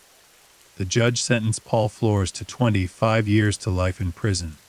With time served and credits, Paul would be eligible for parole in approximately 22 years, when he'd be in his late 60s. But the judge made clear that parole would be difficult to obtain without Paul showing remorse and cooperating in the recovery of Kristen's remains. Paul Flores was led from the courtroom to begin serving his sentence. He'd be transferred to a California state prison where he'd spend decades, possibly the rest of his life. His conviction would be appealed. His attorneys had already said as much. They believed there were grounds for appeal, issues with the admission of certain evidence, problems with the trial that warranted reversal. But appeals take years, and in the meantime, Paul would remain incarcerated. For the Smart family, the sentencing brought a measure of closure. Not complete closure, they still didn't have Kristen's remains, still didn't know exactly what happened that night. But they had justice. The person responsible for their daughter's death was going to prison. After 26 years of fighting, of refusing to give up, they'd achieved what had seemed impossible for so long. In the months following the conviction, there was speculation about whether Paul might eventually reveal where Kristen's remains were. Some thought that facing decades in prison might motivate him to cooperate, to give the Smart family the one thing they still desperately wanted: the ability to bring Kristen home and bury her properly. Others were skeptical. Paul had maintained his innocence for 26 years. Even after conviction, he showed no signs of changing his story. Revealing the location of Kristen's body would be an admission of guilt, would eliminate any chance his appeals might succeed. It would also potentially implicate him in additional charges related to disposing of remains, desecrating a corpse, obstruction of justice. There was little incentive for Paul to talk, and every reason for him to continue staying silent. The question of Ruben Flores' involvement continued to haunt the case. The jury had acquitted him, finding the evidence of his participation insufficient. But many people, including the Smart family and investigators, remained convinced he'd helped Paul hide Kristen's body. The forensic evidence from his property suggested remains had been there at some point. The timing fit. The location made sense. But without Paul's cooperation, without Ruben confessing, the full truth might never be known. Ruben returned to his life, a free man but forever associated with one of California's most notorious crimes. He was the father of a convicted murderer, the man whose property had tested positive for human decomposition. Even though he'd been acquitted, public opinion had largely convicted him. He lived under the cloud of suspicion, much as Paul had before his conviction. Only now Paul's guilt had been established. And if Paul was guilty, how could Ruben not have been involved? The case prompted discussions about no-body murder prosecutions. Legal experts debated whether the Smart case set precedent for other cold cases where remains had never been recovered. The conviction showed that with enough circumstantial evidence, with enough forensic science, with enough witness testimony, you could secure a murder conviction without a body. This gave hope to other families who'd lost loved ones in similar circumstances, cases where they knew what happened, but couldn't prove it without physical remains. Law enforcement agencies looked at their own cold cases with fresh eyes. Could advances in forensic science, new witness interviews, persistence and pressure solve cases that had been cold for decades? The Smart case suggested the answer was yes. For the San Luis Obispo community, the conviction brought a sense of resolution. The case had hung over the town for 26 years, a dark reminder that terrible things could happen even in safe, quiet college towns.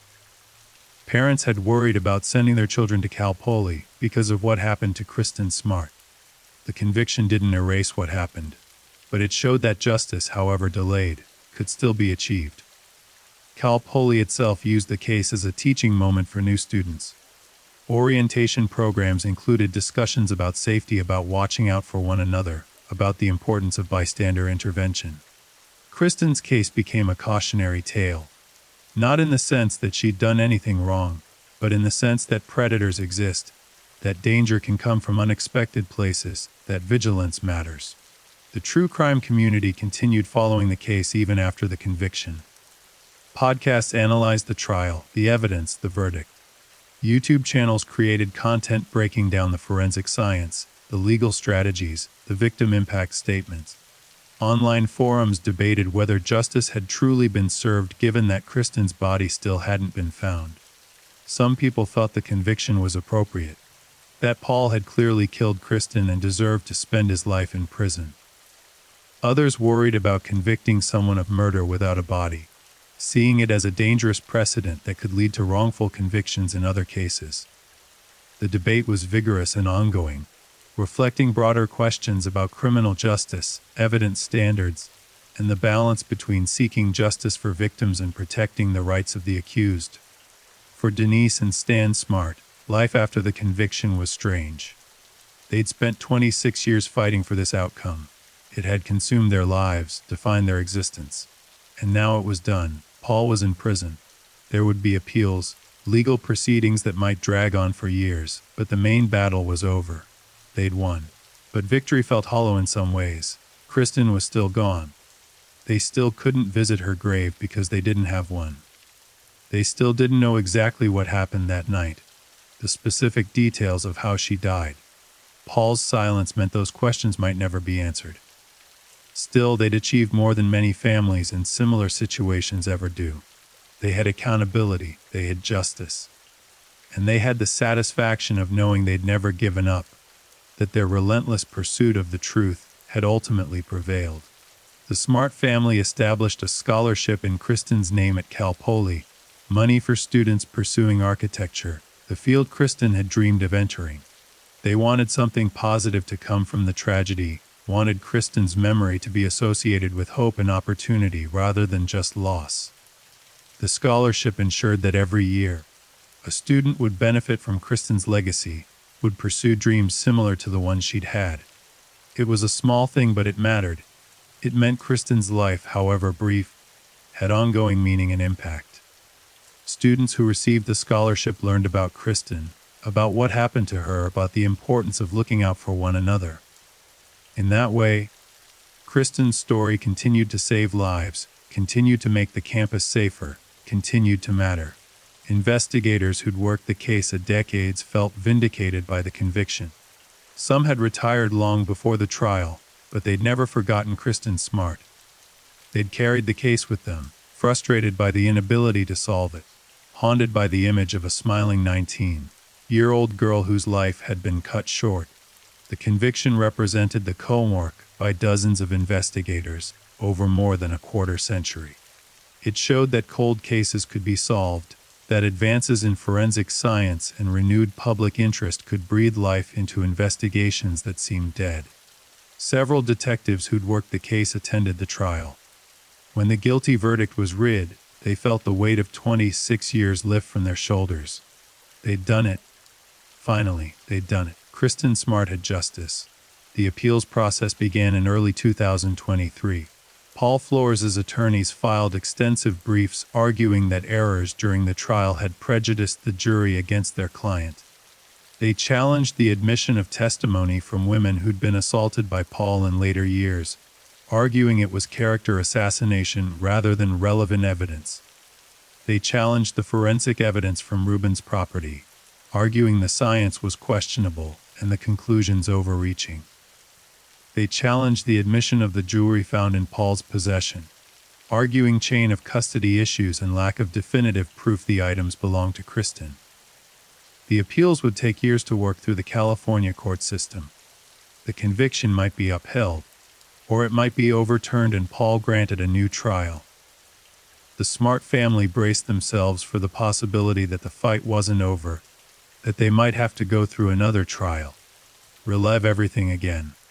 But even if the conviction was ultimately overturned on appeal, the case had been solved in the court of public opinion. Everyone knew what happened to Kristen Smart. Everyone knew who was responsible. Paul Flores had killed her. Whether he spent the rest of his life in prison or was eventually released on some legal technicality, his life was over in any meaningful sense. He'd always be known as Kristen Smart's killer. He'd never escape that identity. He'd never have a normal life. The conviction, even if temporarily, even if later overturned, had branded him forever. And for the Smart family, that meant something.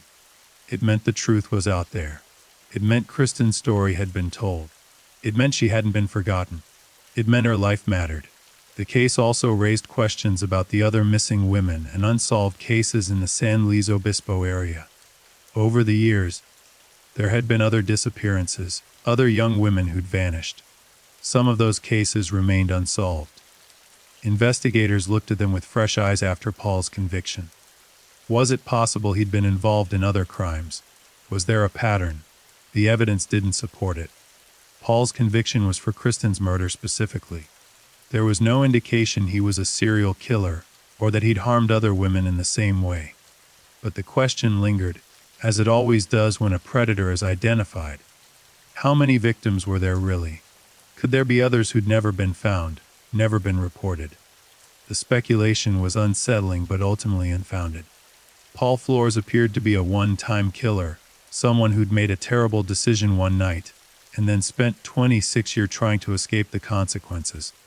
As 2023 progressed, life slowly began to return to normal for the Smart family. The trial was over. The appeals were ongoing but didn't require their daily attention. They could finally begin to process everything that had happened, to grieve properly, to try to move forward. Therapy helped. Support groups helped. Talking to other families who'd lost children to violence helped. Slowly, painfully, they began to rebuild their lives around the hole Kristen's absence had left. It would never be okay. They'd never be whole again. But they could function. They could find moments of happiness. They could honor Kristen's memory by living fully, by not letting her death define every moment of every day. That was what Kristen would have wanted. She was too vibrant, too full of life to want her family drowning in perpetual grief. Chunk 5. The years following Paul Flores' conviction brought a strange new reality for everyone connected to the case. San Luis Obispo slowly shed its identity as the town where Kristen Smart disappeared and became, instead, the town that never gave up until justice was served. The distinction mattered. One suggested failure and tragedy. The other suggested persistence and resolution. The community took pride in the latter narrative, even as they acknowledged the profound sadness of the former. Cal Poly continued its safety initiatives, programs designed to protect students, to educate them about danger, to create a culture of looking out for one another. Kristen's case was taught in criminology classes, discussed in criminal justice courses, analyzed in law schools. Her story became part of the educational landscape, a real-world example of how investigations work, how cases are solved, how justice can be delayed but not denied. The podcast, Your Own Backyard, continued to be downloaded by new listeners who discovered it after the conviction. Chris Lambert updated the series with episodes covering the trial, the verdict, the sentencing. He interviewed jurors who were willing to speak, getting their perspective on how they'd evaluated the evidence, what had convinced them of Paul's guilt. The jurors spoke about the difficulty of the deliberations, about the weight of responsibility they'd felt. They knew they were deciding whether someone would spend the rest of their life in prison based on circumstantial evidence. It wasn't taken lightly. They'd gone through every piece of evidence carefully, debated the interpretations, challenged each other's assumptions. In the end, they'd unanimously agreed that the prosecution had proven its case. Paul Flores had murdered Kristen Smart. The jewelry had been particularly damning. There was simply no innocent explanation for why Paul would have Kristen's personal belongings 26 years after she disappeared. Back in prison, Paul Flores settled into life as an inmate. He was housed in a medium-security facility, kept separate from the general population initially due to concerns about his safety. High-profile inmates, especially those convicted of crimes against young women, often became targets in prison. Paul's case was well known enough their inmates recognized his name. He received threats, had to be moved between facilities several times for his own protection. He maintained his innocence, telling anyone who would listen that he'd been wrongly convicted, that he was the victim of a rush to judgment driven by public pressure and an obsessed podcast host. Some inmates believed him. Most didn't. The general consensus, even among criminals, was that Paul was exactly where he belonged. Paul's attorneys continued working on his appeal through 2023 and into 2024. They filed motion after motion, brief after brief, arguing that his conviction should be overturned. The California Court of Appeals took the case seriously, as they did all criminal appeals, particularly in cases where someone was sentenced to decades in prison. Oral arguments were scheduled, then postponed. The legal process moved with agonizing slowness. Meanwhile, Paul remained incarcerated, counting days, marking time, maintaining hope that his conviction would be reversed and he'd get another trial. His family supported him, at least publicly. Ruben Flores gave occasional interviews insisting his son was innocent, that the real killer was still out there, that Paul had been sacrificed to solve an unsolvable case. These interviews were poorly received. Most people saw Ruben as either delusional or complicit, unable to accept his son's guilt even in the face of a jury's verdict. The Smart family tried to live their lives while the appeals process unfolded. They knew it could take years. They knew there was a possibility, however remote, that Paul's conviction might be overturned. They tried not to think about it too much. They focused on the things they could control. The scholarship fund grew. They worked with organizations supporting families of missing persons. They advocated for changes to laws regarding how missing persons cases were investigated, pushing for better coordination between agencies, for more resources dedicated to cold cases, for mandatory DNA collection in certain situations. They turned their pain into purpose, their grief into advocacy. It was the only way forward that made sense. If Kristen's death could prevent other families from experiencing the same nightmare, then maybe there was some meaning in it. In 2024, 8 years after Chris Lambert's podcast first aired and 2 years after Paul's conviction, there was a development nobody had anticipated. A tip came into the San Luis Obispo County Sheriff's Office. Someone claiming to have information about where Kristen Smart's remains were located. The tip was vague but intriguing enough that investigators took it seriously. The caller, who remained anonymous, described a remote area in hills outside San Luis Obispo, a place where they claimed remains had been moved in the early 2000s, during one of the periods when the investigation had intensified and search warrants were being executed. The tipster provided specific landmarks, geographical markers that could be verified. Investigators were skeptical. They'd received hundreds of tips over the years, most leading nowhere. But they had to investigate. They owed it to the Smart family. A search team was assembled quietly. Investigators didn't want media attention, didn't want to raise the Smart family's hopes only to dash them again. They went to the location described by the tipster, a heavily wooded area several miles from campus, accessible only by hiking trails. They brought ground-penetrating radar, cadaver dogs, excavation equipment. The terrain was challenging, steep, and overgrown. If someone had buried remains here, they'd chosen well. It was remote, rarely visited, the kind of place where something could stay hidden for decades. The cadaver dogs were released. Within an hour, they alerted. Multiple dogs. Multiple alerts, all in the same general area. The handlers signaled to the investigators. There was something here. The excavation began carefully. Forensic teams worked methodically, removing soil layer by layer, documenting everything. They dug down 2 feet, then 3, then 4. And then they found it. Human bone. The team stopped immediately. The area was photographed extensively. The bones were carefully exposed, revealing what appeared to be a partial skeleton. Not complete but significant. Vertebrae, ribs, portions of long bones. The remains were clearly human. They'd been there for years based on their condition. Dirt samples were collected from around the bones. The remains themselves were carefully excavated and placed in evidence containers. This was it. After 28 years, they might have finally found Kristen Smart. The remains were transported to the forensic laboratory for analysis. DNA testing would take time, possibly weeks. But investigators were already fairly certain these were Kristen's remains. The location fit the timeline. The condition of the bones suggested they'd been buried for a long time, possibly since the early 2000s when they theorized the body had been moved from Rubin's property.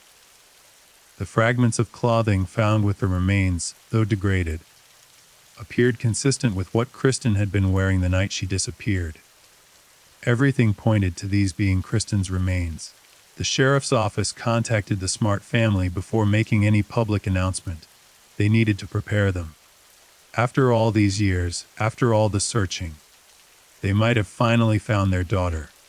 Denise and Stan Smart received the call with a mixture of emotions impossible to describe.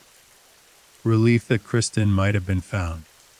Anguish at having it confirmed that she'd been dead all this time, even though they'd known it logically. Grief at the thought of seeing their daughter's remains, what was left after nearly 3 decades. The investigators were careful not to promise anything definitive until DNA results confirmed the identity. But the Smart family knew. They felt that this was Kristen. Finally, they could bring her home. The wait for DNA confirmation was excruciating. Every day felt like a week. They tried to prepare themselves for the possibility that the remains might not be Kristen's, that this might be another false hope. But deep down they believed. This was the end of the search. The DNA results came back 3 weeks later. Positive identification. The remains were definitively Kristen Denise Smart. The sheriff's office held a press conference to announce the discovery. After 28 years, Kristen Smart had been found. The announcement made international news. The case that had captivated true crime followers for years had a new chapter. Kristen was no longer missing. She was no longer lost. She'd been recovered. She could finally be laid to rest properly. The Smart family released a statement thanking the investigators, thanking everyone who'd never stopped looking, expressing their profound grief and relief. They asked for privacy as they made arrangements to bring Kristen home, to give her the funeral and burial she deserved. The discovery of Kristen's remains had legal implications for Paul Flores' appeal. His attorneys had been arguing that without a body, the conviction was questionable. Now there was a body. The forensic examination of the remains would potentially provide new evidence about how Kristen died. The bones showed trauma consistent with violence, fractures that appeared to have occurred perimortem, around the time of death. The forensic pathologist determined the injuries were consistent with blunt force trauma, possibly from being struck or from a fall during a struggle. The findings supported the prosecution's theory that Paul had attacked Kristen, that she died violently, not from some accident or natural cause.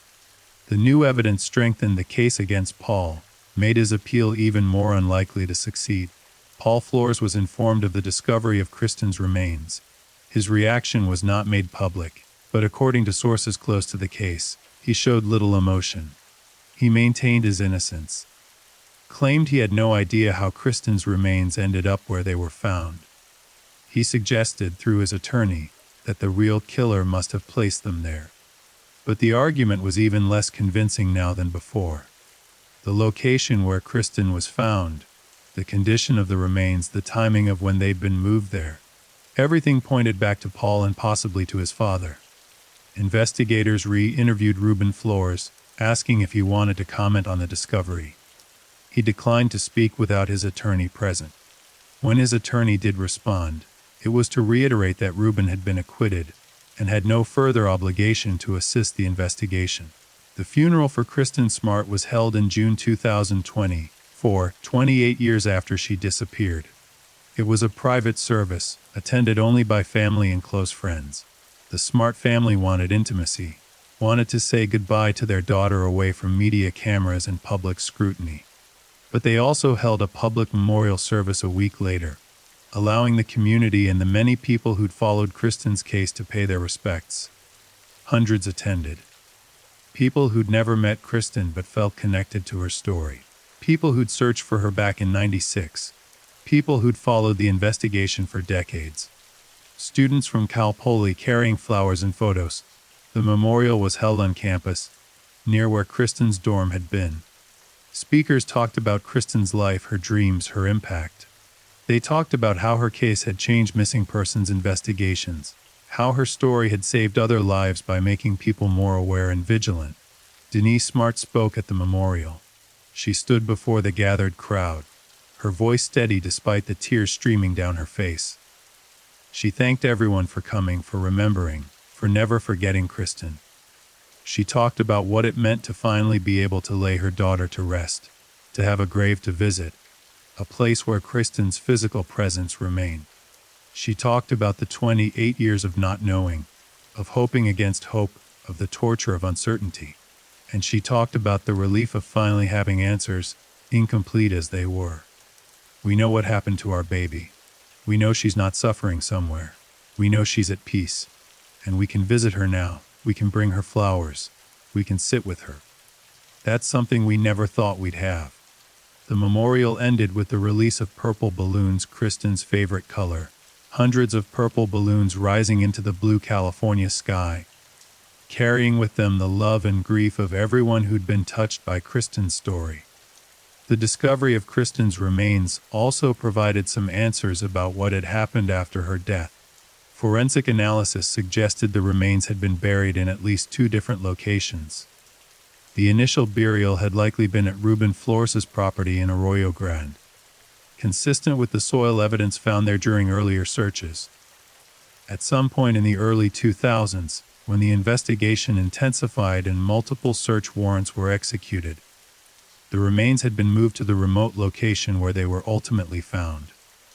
The person who'd made the anonymous tip in 2024 had knowledge of that second location. Investigators believe the tipster might have been someone who'd helped move the remains, someone who'd lived with the guilt for 2 decades and finally decided to come forward. But the tipster never revealed their identity, and investigators couldn't force them to. The tip had been made through hotline with protections for the caller's identity.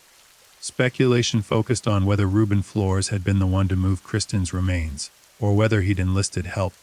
Moving a body, even skeletal remains, from one location to another isn't easy. It requires transportation tools, knowledge of the area. Ruben was in his 50s when the remains were likely moved, still physically capable but not young. Had he done it alone? Had Paul helped from prison somehow, providing directions or information? Had someone else in the family been involved? These questions couldn't be answered definitively. Ruben had been acquitted and couldn't be tried again. Even if investigators could prove he'd moved the body, double jeopardy prevented prosecution. The legal reality was frustrating but clear. Whatever Ruben had or hadn't done regarding Kristen's remains, he would face no additional consequences. Paul Flores' appeal was heard by the California Court of Appeals in late 2024. His attorneys argue their points about improper admission of evidence and prejudicial testimony. The prosecution countered with the strength of the circumstantial case, and the fact that Kristen's remains had now been found, confirming she'd been murdered. The appellate judges asked pointed questions of both sides. How much weight should be given to the jewelry found in Paul's possession? Was the testimony from women he'd assaulted in later years truly relevant, or was it character assassination? Were the soil samples from Ruben's property scientifically sound? The oral arguments lasted hours. In the end, the judges took the matter under submission, saying they'd issue a written decision in due course. That decision could take months. Paul and the Smart family would have to wait again, though the waiting was different now. Paul was already in prison. The Smart family had already had their daughter's funeral. The appeal wouldn't change those realities. In early 2025, nearly 3 years after Paul's conviction and almost 29 years after Kristen's disappearance, the California Court of Appeals issued its decision. The conviction was upheld. The judges found that while there had been some evidentiary issues during the trial, none rose to the level of reversible error. The testimony from women Paul had assaulted was properly admitted as evidence of propensity for violence against women in similar circumstances. The forensic evidence from Rubin's property was scientifically sound and properly presented. The jury had been given appropriate instructions. The trial had been fair. Paul Flores' conviction for the murder of Kristen Smart was affirmed. He would serve his sentence of 25 years to life. His only remaining option was to appeal to the California Supreme Court, but that court had discretion over which cases it heard and rarely took criminal appeals that had already been reviewed by the Court of Appeals. The decision brought finality. After 29 years, the legal case was essentially over. Paul Flores was a convicted murderer whose conviction had been upheld on appeal. He would spend decades in prison, likely the rest of his life given his age and the length of his sentence. The Smart family could finally close this chapter. They'd fought for 29 years. They'd never given up. They'd kept Kristen's case in the public eye. They'd pushed investigators to keep working. They'd endured a trial, appeals, uncertainty, and heartbreak, and they'd won. Justice had been served. Kristen could rest in peace, and they could begin finally to heal. The case's resolution brought broader changes to how missing persons cases were handled in California and beyond. The Kristen Smart case demonstrated the importance of never closing a case, of using new technologies as they became available, of listening to families who insisted something was wrong. Law enforcement agencies updated their protocols for missing persons investigations, particularly cases involving young women. Campus police departments across the country improved their coordination with local sheriff's offices and police departments. The silo effect that had hampered the early investigation into Kristen's disappearance was recognized as a systemic problem that needed addressing. New training programs were developed, teaching investigators how to work cold cases, how to use forensic advances to re-examine old evidence, how to build no-body murder cases when circumstances warranted. The true crime community continued analyzing the case even after its resolution. What lessons could be learned? What had investigators done right? What mistakes had been made? The consensus was that the early investigation had been flawed. Paul Flores should have been scrutinized more heavily from the beginning. The black eye, the inconsistencies in his story, the fact that he was the last person with Kristen, all of that should have focused attention on him more intensely. But in 1996, the tools weren't what they are today. DNA analysis was rudimentary. Digital forensics didn't exist. Cell phone tracking was primitive. The investigators did good with what they had, and they never gave up. That persistence, that refusal to let the case die, ultimately led to Paul's conviction. The lesson was clear: never close a case, never stop investigating, never tell a family there's nothing more that can be done. Denise and Stan Smart lived to see justice for their daughter, something many families of missing persons never experience. They were in their 70s now, having spent more than half their lives searching for Kristen and seeking justice for her murder. The toll had been immense. Their health had suffered. Their marriage had been strained to the breaking point and survived only through their shared determination to never give up on Kristen. But they'd made it. They'd achieved what they'd set out to do. Paul Flores was in prison. Kristen had been found and properly buried. There was peace, finally, of a sort. Not happiness. The loss of a child can never bring happiness, but resolution. The ability to wake up in the morning without the crushing weight of not knowing. The ability to visit Kristen's grave, to talk to her, to feel close to her in a way they hadn't been able to for nearly 3 decades. The Smart family's advocacy work continued. They spoke at conferences about missing persons, about the importance of persistence, about never accepting, "We've done all we can," as an answer. They worked with legislators on bills to improve how missing persons cases were investigated, how evidence was preserved, how families were supported through the nightmare of having a loved one disappear. They became experts, reluctant experts born of necessity and pain, on what worked and what didn't in these investigations.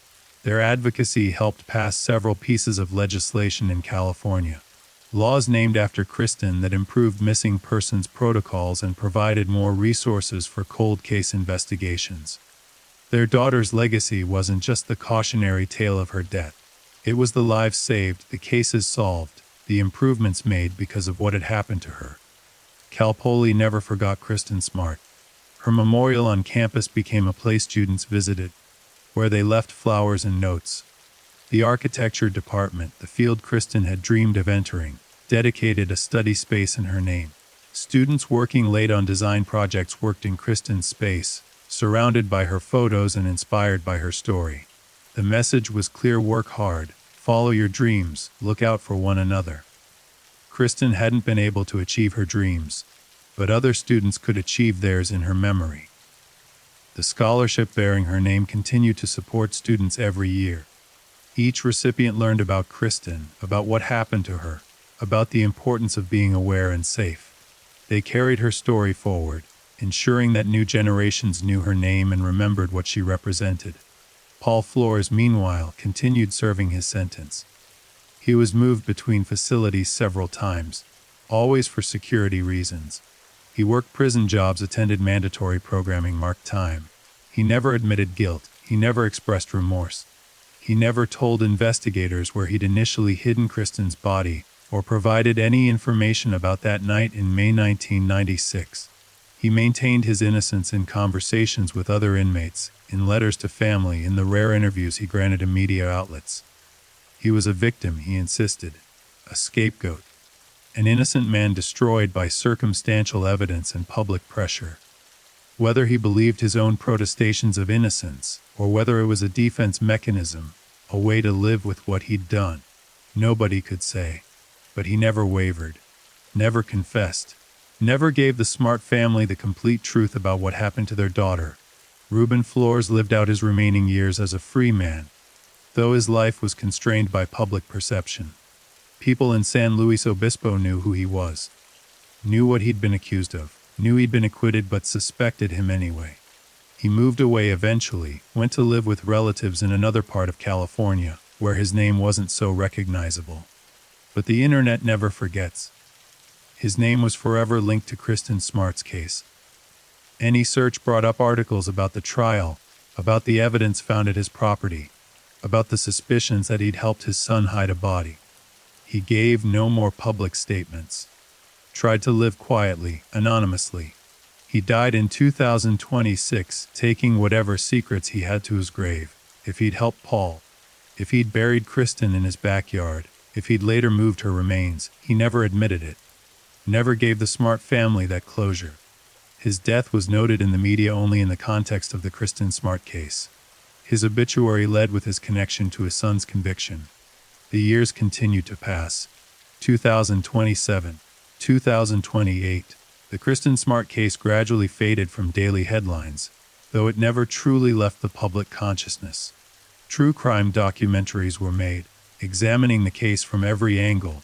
Streaming services produced multi-part series detailing the investigation, the trial, the appeals, the discovery of Kristen's remains. Each new production brought the case back into the spotlight temporarily, introducing Kristen's story to new audiences who'd never heard it before. The cycle repeated itself year after year. Kristen's face, forever 19 in those photos, continued to appear on screens and in articles. Her story continued to be told.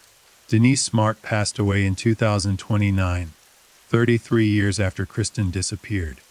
She died peacefully, surrounded by her family. Her obituary noted that she was finally reunited with her daughter Kristen. She'd spent 3 decades fighting for justice and she'd won. She'd never stopped being Kristen's mother, never stopped advocating, never stopped loving the daughter she'd lost so young. Her funeral was attended by hundreds, including investigators who'd worked Kristen's case, prosecutors who'd brought Paul to justice, and countless people whose lives had been touched by her strength and determination. Stan Smart continued on, visiting both his wife's grave and his daughter's, 2 losses that had defined his life. Paul Flores remained in prison, growing older, becoming just another inmate among thousands. He was denied parole when he first became eligible, the board citing his lack of remorse and refusal to accept responsibility. He would be eligible again in future years, but few expected he'd ever be released. He'd likely die in prison. An old man who'd spent most of his life behind bars for a crime committed when he was 19. Whether he ever truly reflected on what he'd done, whether he felt guilt or regret in private moments, nobody knew publicly. He remained defiant. Wrongly convicted, a victim of his own making, the Kristen Smart case became a defining example of persistence in criminal justice. Law students studied it. Criminology professors taught it. Families of other missing persons drew hope from it. If the Smart family could get justice after 26 years, maybe others could too. Maybe no case was truly unsolvable. Maybe persistence and advances in science and public pressure could combine to solve even the coldest cases. Kristen's legacy lived on, not just in the lives she touched while alive, but in the changes her case brought about after death. And on the Cal Poly campus, in the architecture building, students still worked late in Kristen's memorial space, still saw her photos, still learned her story, still understood the message: look out for one another, stay safe, follow your dreams, and never let anyone be forgotten. Kristen Denise Smart, forever 19, forever remembered, forever a reminder that justice, though sometimes delayed, can still prevail. Thank you for listening. If you enjoyed this case, leave a comment and subscribe. Good night and stay safe.